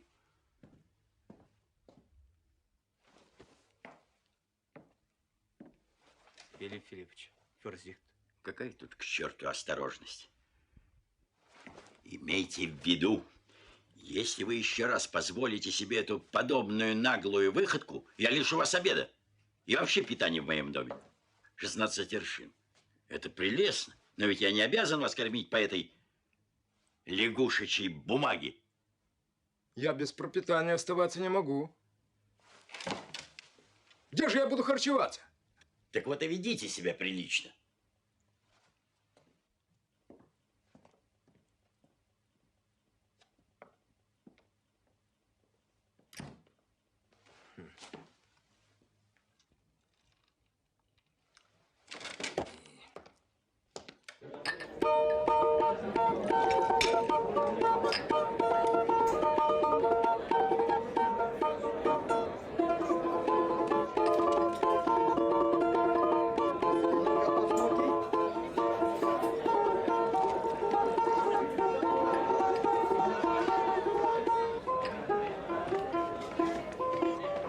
Эх, говори, Москва, разговаривай, Россия! Давай, давай, давай, ребята!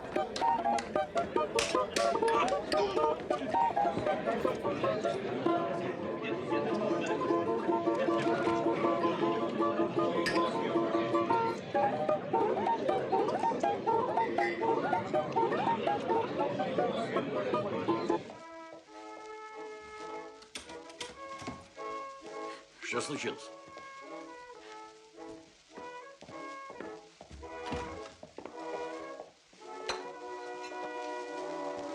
О, иди, твою мать, профессор! Иди сюда, выпей с нами. Кто они такие? Они хорошие. Они будут у меня ночевать. Иван Анатольевич, позвоните в 45-е отделение милиции, будьте добры. Вон отсюда. Барменталю самого надо сдать в 45-е отделение милиции. А он у тебя без прописки живет.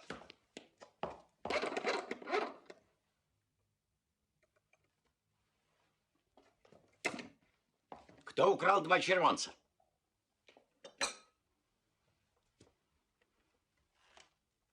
Я не брал. А кто же? Кто кроме вас? Я не один в доме живу. Может, Зинка взяла? Не беспокойся, Зинуш. В ванну его.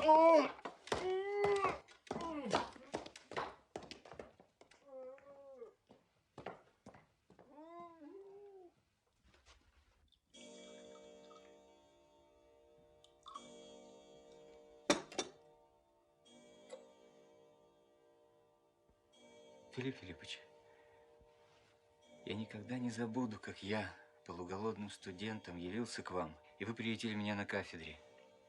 Поверьте мне, для меня вы гораздо больше, чем профессор, учитель. Спасибо вам. Голубчик, я иногда ору на вас на операциях. Вы уж простите мне мою старческую вспыльчивость. В сущности, ведь я так одинок.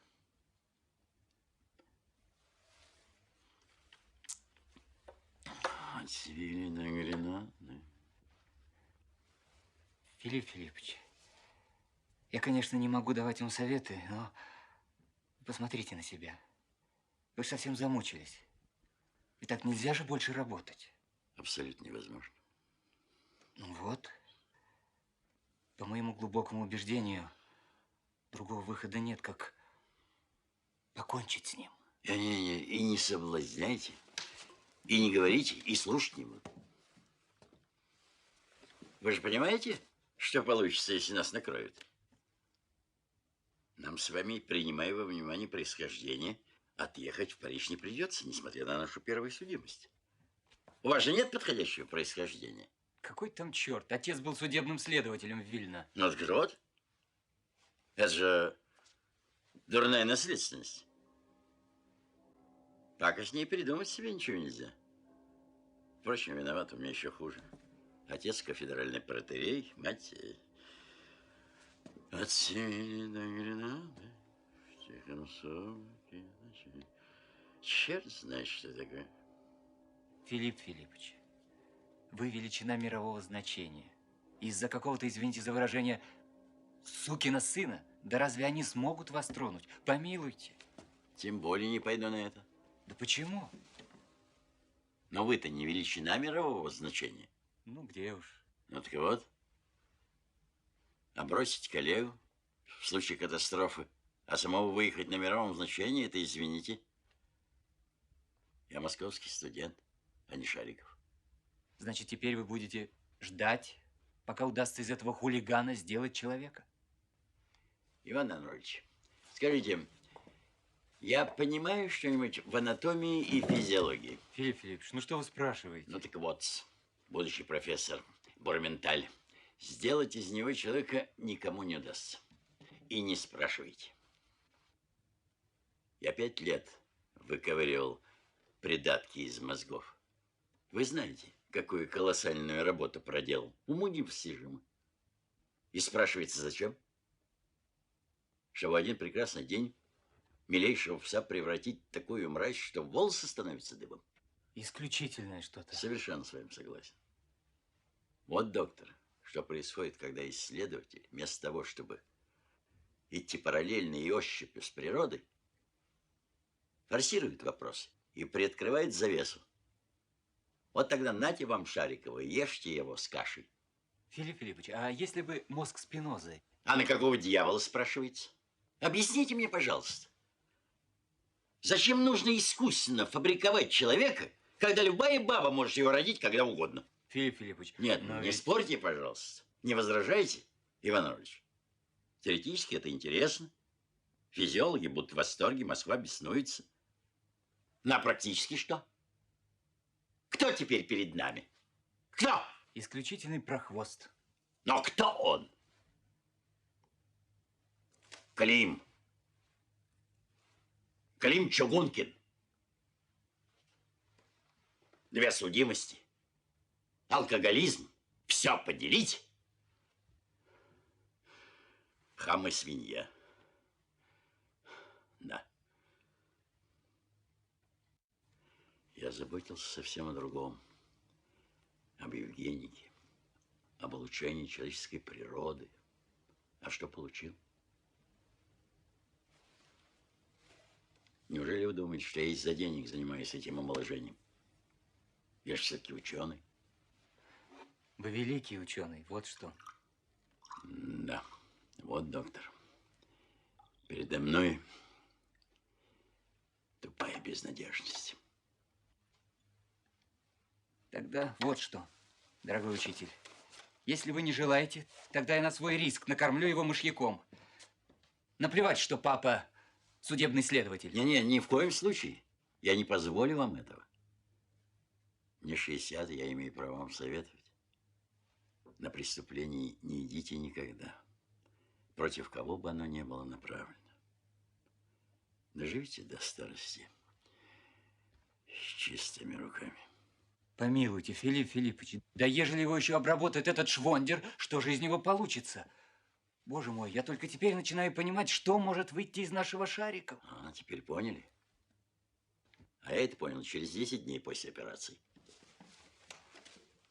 Так вот этот швондер и есть самый главный дурак.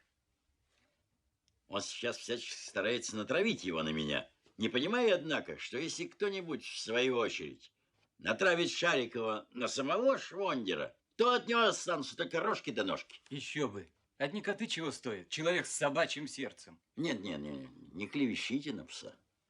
Коты – это временно, уверяю вас. Ужас заключается в том, что у него уже не собачье, а именно человеческое сердце. И самое паршивое из всех, которые существуют в природе. Я убью его. Помогите! Что там такое? Помогите! Что ж ты делаешь, паразит? Полюбуйтесь, господин профессор, на нашего визитера Телеграфа Телеграфовича! Ну, я-то замужем была, мне все равно, а Зина, невинная девушка. Хорошо, что я проснулась. Дарья Петровна, извините, пожалуйста. Дарья, дело молодое. Что вы, доктор, я запрещаю. Доктор! Вы не имеете права. Ничего. Ладно. Подождем до утра. Пролетай, пусти куда? Я сам пойду. Я ему устрою бенефис, когда он протрезвится. Филиппыч, ну скажи ему.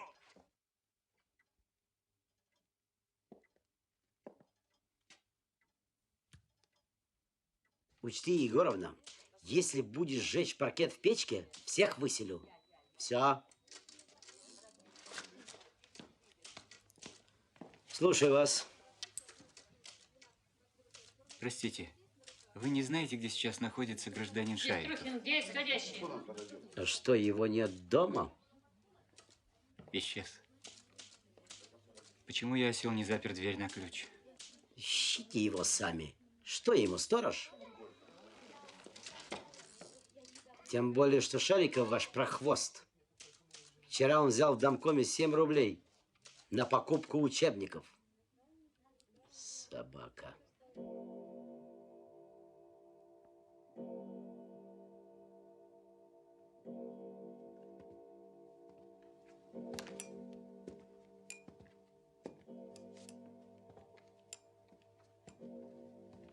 Воображаю, что будет твориться на улице.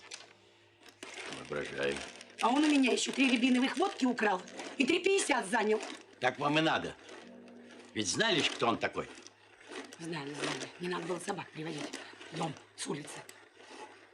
Надо срочно в милицию заявить.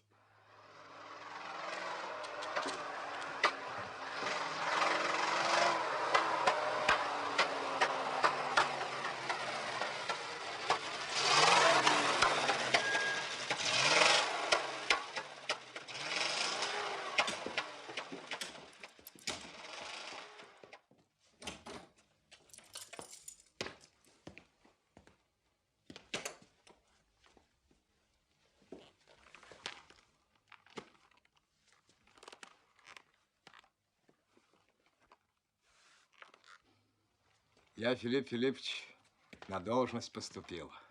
Бумагу дайте.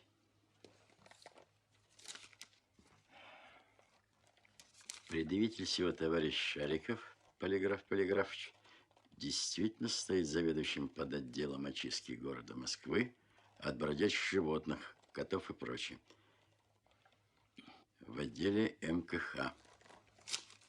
Кто же вас устроил? А впрочем, я догадываюсь. Ну да. Швондер. Позвольте вас спросить, почему от вас так отвратительно пахнет? Ну что ж, пахнет. Известно, по специальности. Вчера котов душили.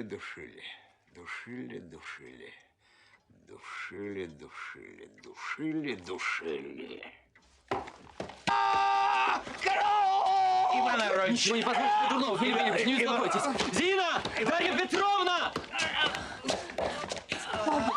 Ну, повторяйте. Извините, многоуважаемая Дарья Петровна и Зинаида. Как ваше отчество? Прокофьевна! Прокофьевна, за мою выходку ночью в состоянии опьянения. Никогда этого не будет. Не будет. Отпустите вы его задушите. Отпустите его, Иван Арнольдович. Теперь имейте в виду следующее. Вы опять вернулись в квартиру Филиппа Филипповича. Да? А куда же мне еще? Отлично. Чтобы быть тише воды, ниже травы. В противном случае за каждую безобразную выходку будете иметь дело со мной. Понятно? Понятно. Послушайте, что же вы делаете с этими убитыми котами? На польты пойдут. Из них белок делать будут на рабочий кредит.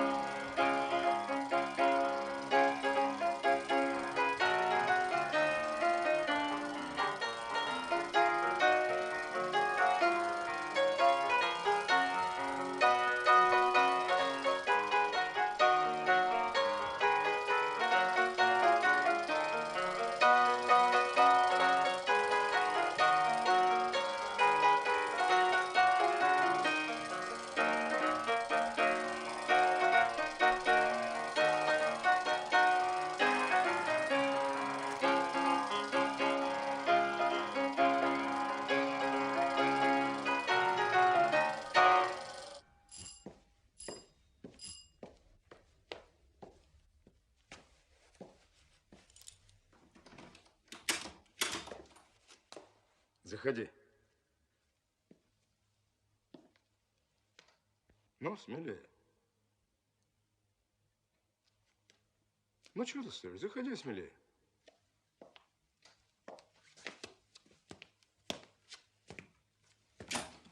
Раздевайся. Позвольте узнать. Я с ней расписываюсь. Это наша машинистка. Жить со мной будет. Барменталя надо выселить из приемной. У него своя квартира есть. Прошу вас на минуточку ко мне в кабинет. И я пойду. Извините, профессор побеседует с дамой, а мы уж с вами побудем здесь. Я не хочу. Нет, простите.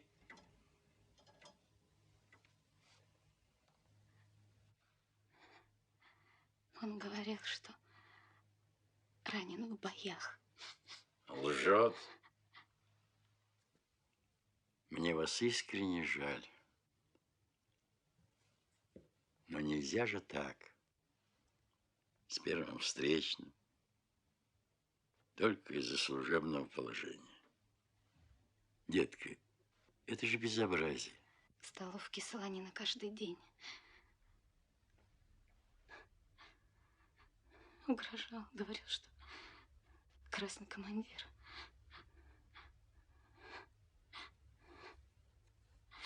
Говорил, будешь жить со мной в роскошной квартире.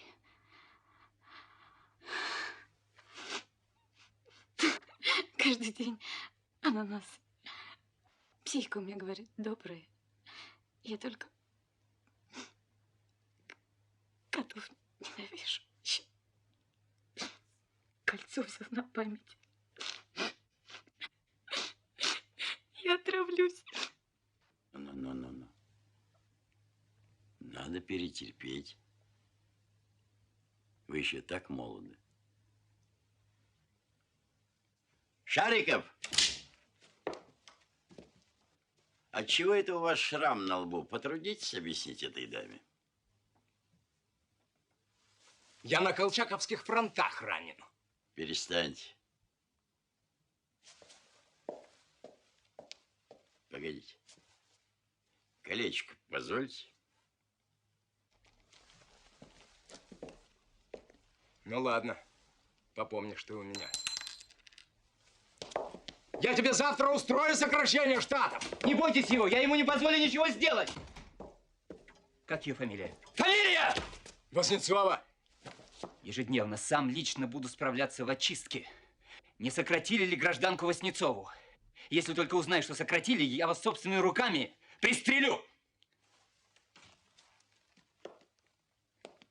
У самих револьверы найдутся. Берегитесь!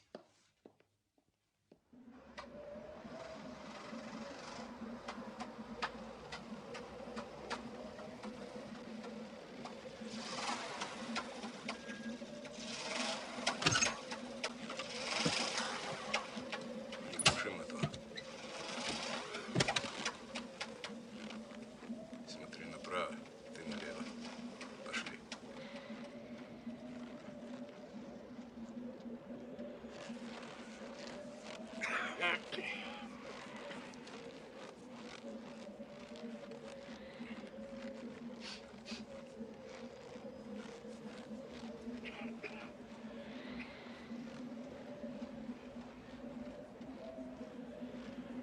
Ты здесь?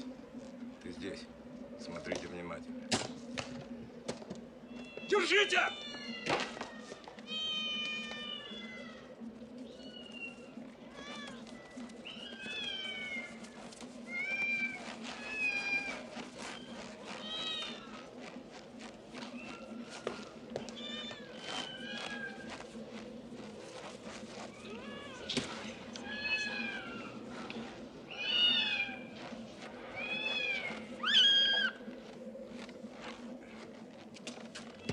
Давай, бери. Держи. Как ты знаешь, Полиграфыч, где они прячутся? Я их сердцем чую. Садись. Давай, поехали. Смотри, не упусти.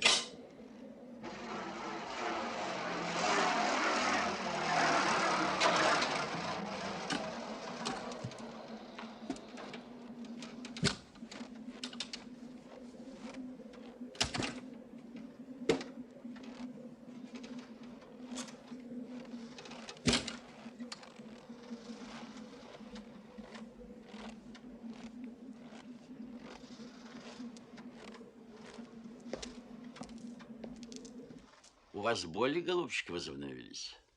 Нет, профессор. Я вам очень признателен. Я к вам по другому делу, Филипп Филиппович. А также угрожаю убить председателя домкома товарища Швондера. Из чего видно, что хранит огнестрельное оружие и произносит контрреволюционные речи, и даже Энгельса приказал своей социал-прислужнице Зинаиде Прокофьевне Буниной спалить в печке. Как явный меньшевик со своим ассистентом Барменталем Иваном Арнольдовичем, который тайно, не прописанный, проживает в его квартире. Подпись заведующего под отделом очистки Шарикова, удостоверяю. Председатель домкома Швондер. Секретарь Пеструхин. Хорошо, что мне непосредственно доложили. Вы позволите оставить это мне у себя? Или, может, вы виноват, хотите, чтобы дать законный ход делу? Извините, профессор, вы действительно очень уж презрительно смотрите на нас. Извините, голубчик, извините. Я не хотел вас обидеть. Не сердитесь. Он меня так задергал.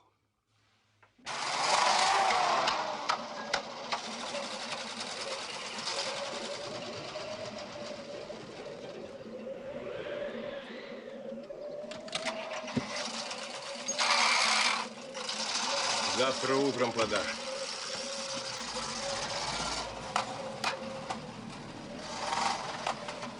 Здравия желаю, полиграф, полиграф.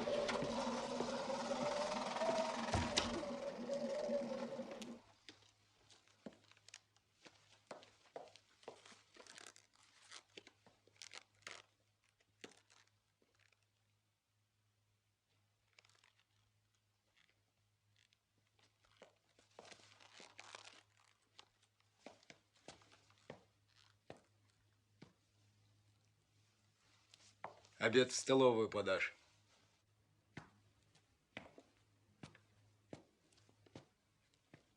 Шариков, зайдите в кабинет.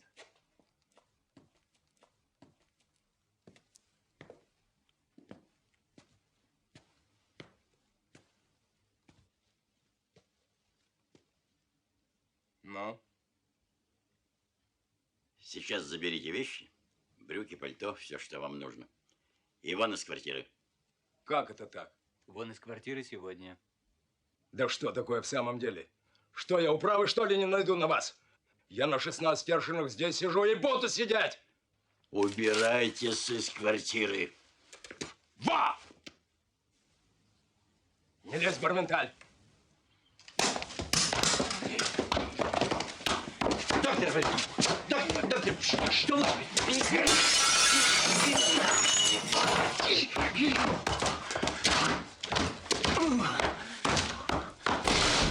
Доктор Бельман! Доктор Бельман!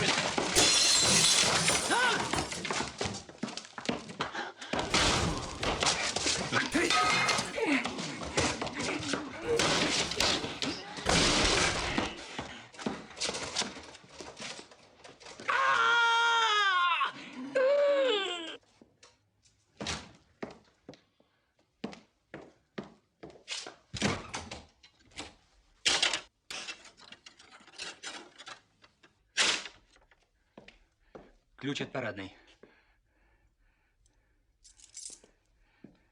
Профессор просит вас никуда не уходить из квартиры.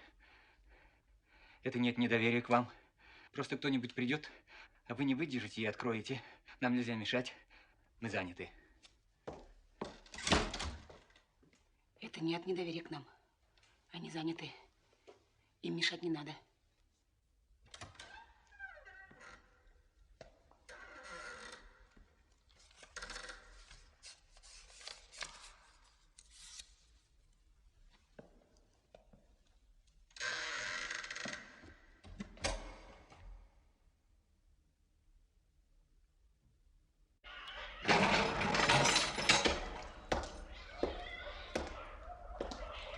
Где начальник очистки?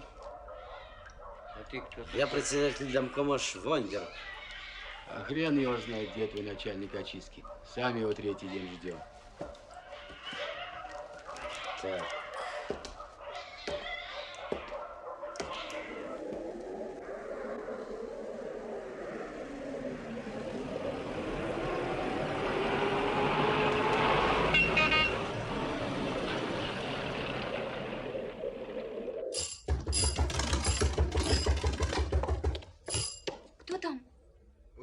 милиция и следователь. Благоволите открыть.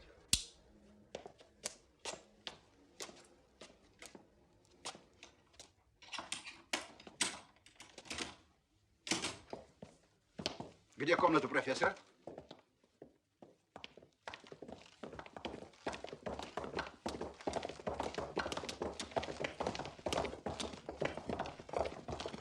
Что вам угодно, господа? У нас есть ордер на обыск и арест, в зависимости от результатов.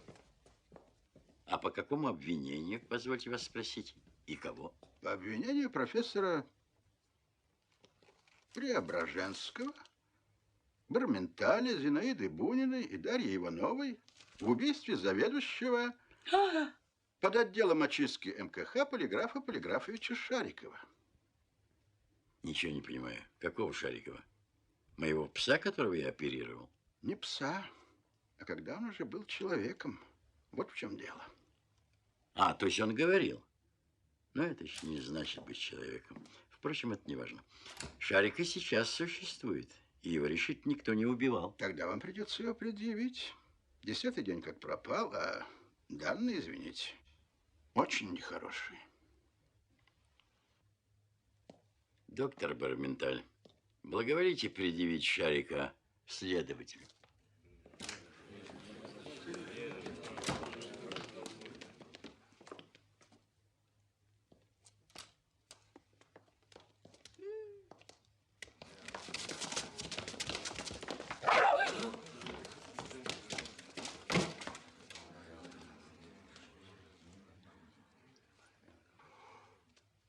Но позвольте, как же он служил в очистке? Я его туда не назначал. Ему господин Швондер дал рекомендацию, если я не ошибаюсь. Это он? Он самый, только сволочь опять оброс. Он же говорил. Он и сейчас еще говорит, но только все меньше и меньше. Так что пользуйтесь случаем. Наука еще не знает способов обращать зверей в людей.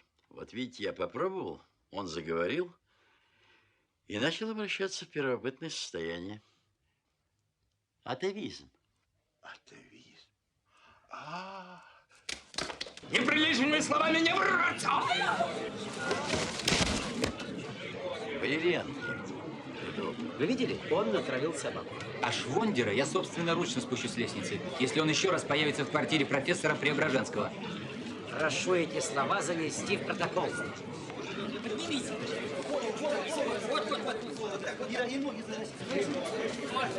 Слышите? Прошу эти слова занести в протокол.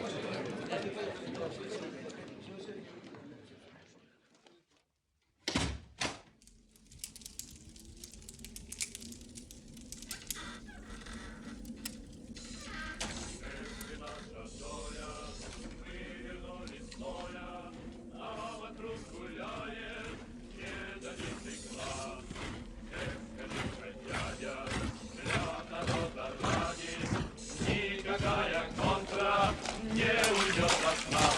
Чу-чу-чу, стучат, копыта.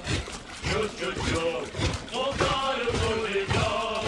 Белая кровь на голову разбита. А красную армию никто не разобьет. Белая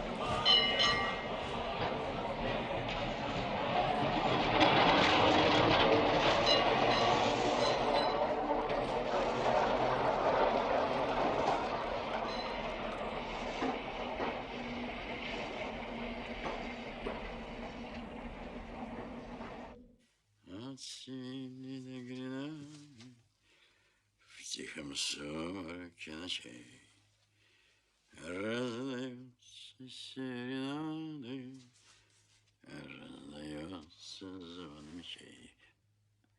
Много крови, много песен. Так свезло мне, так свезло.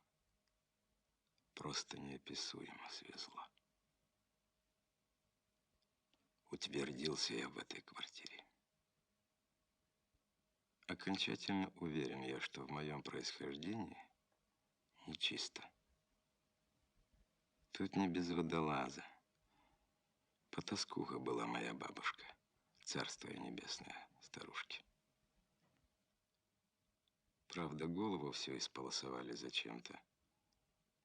Но это до свадьбы заживет. Нам на это нечего смотреть.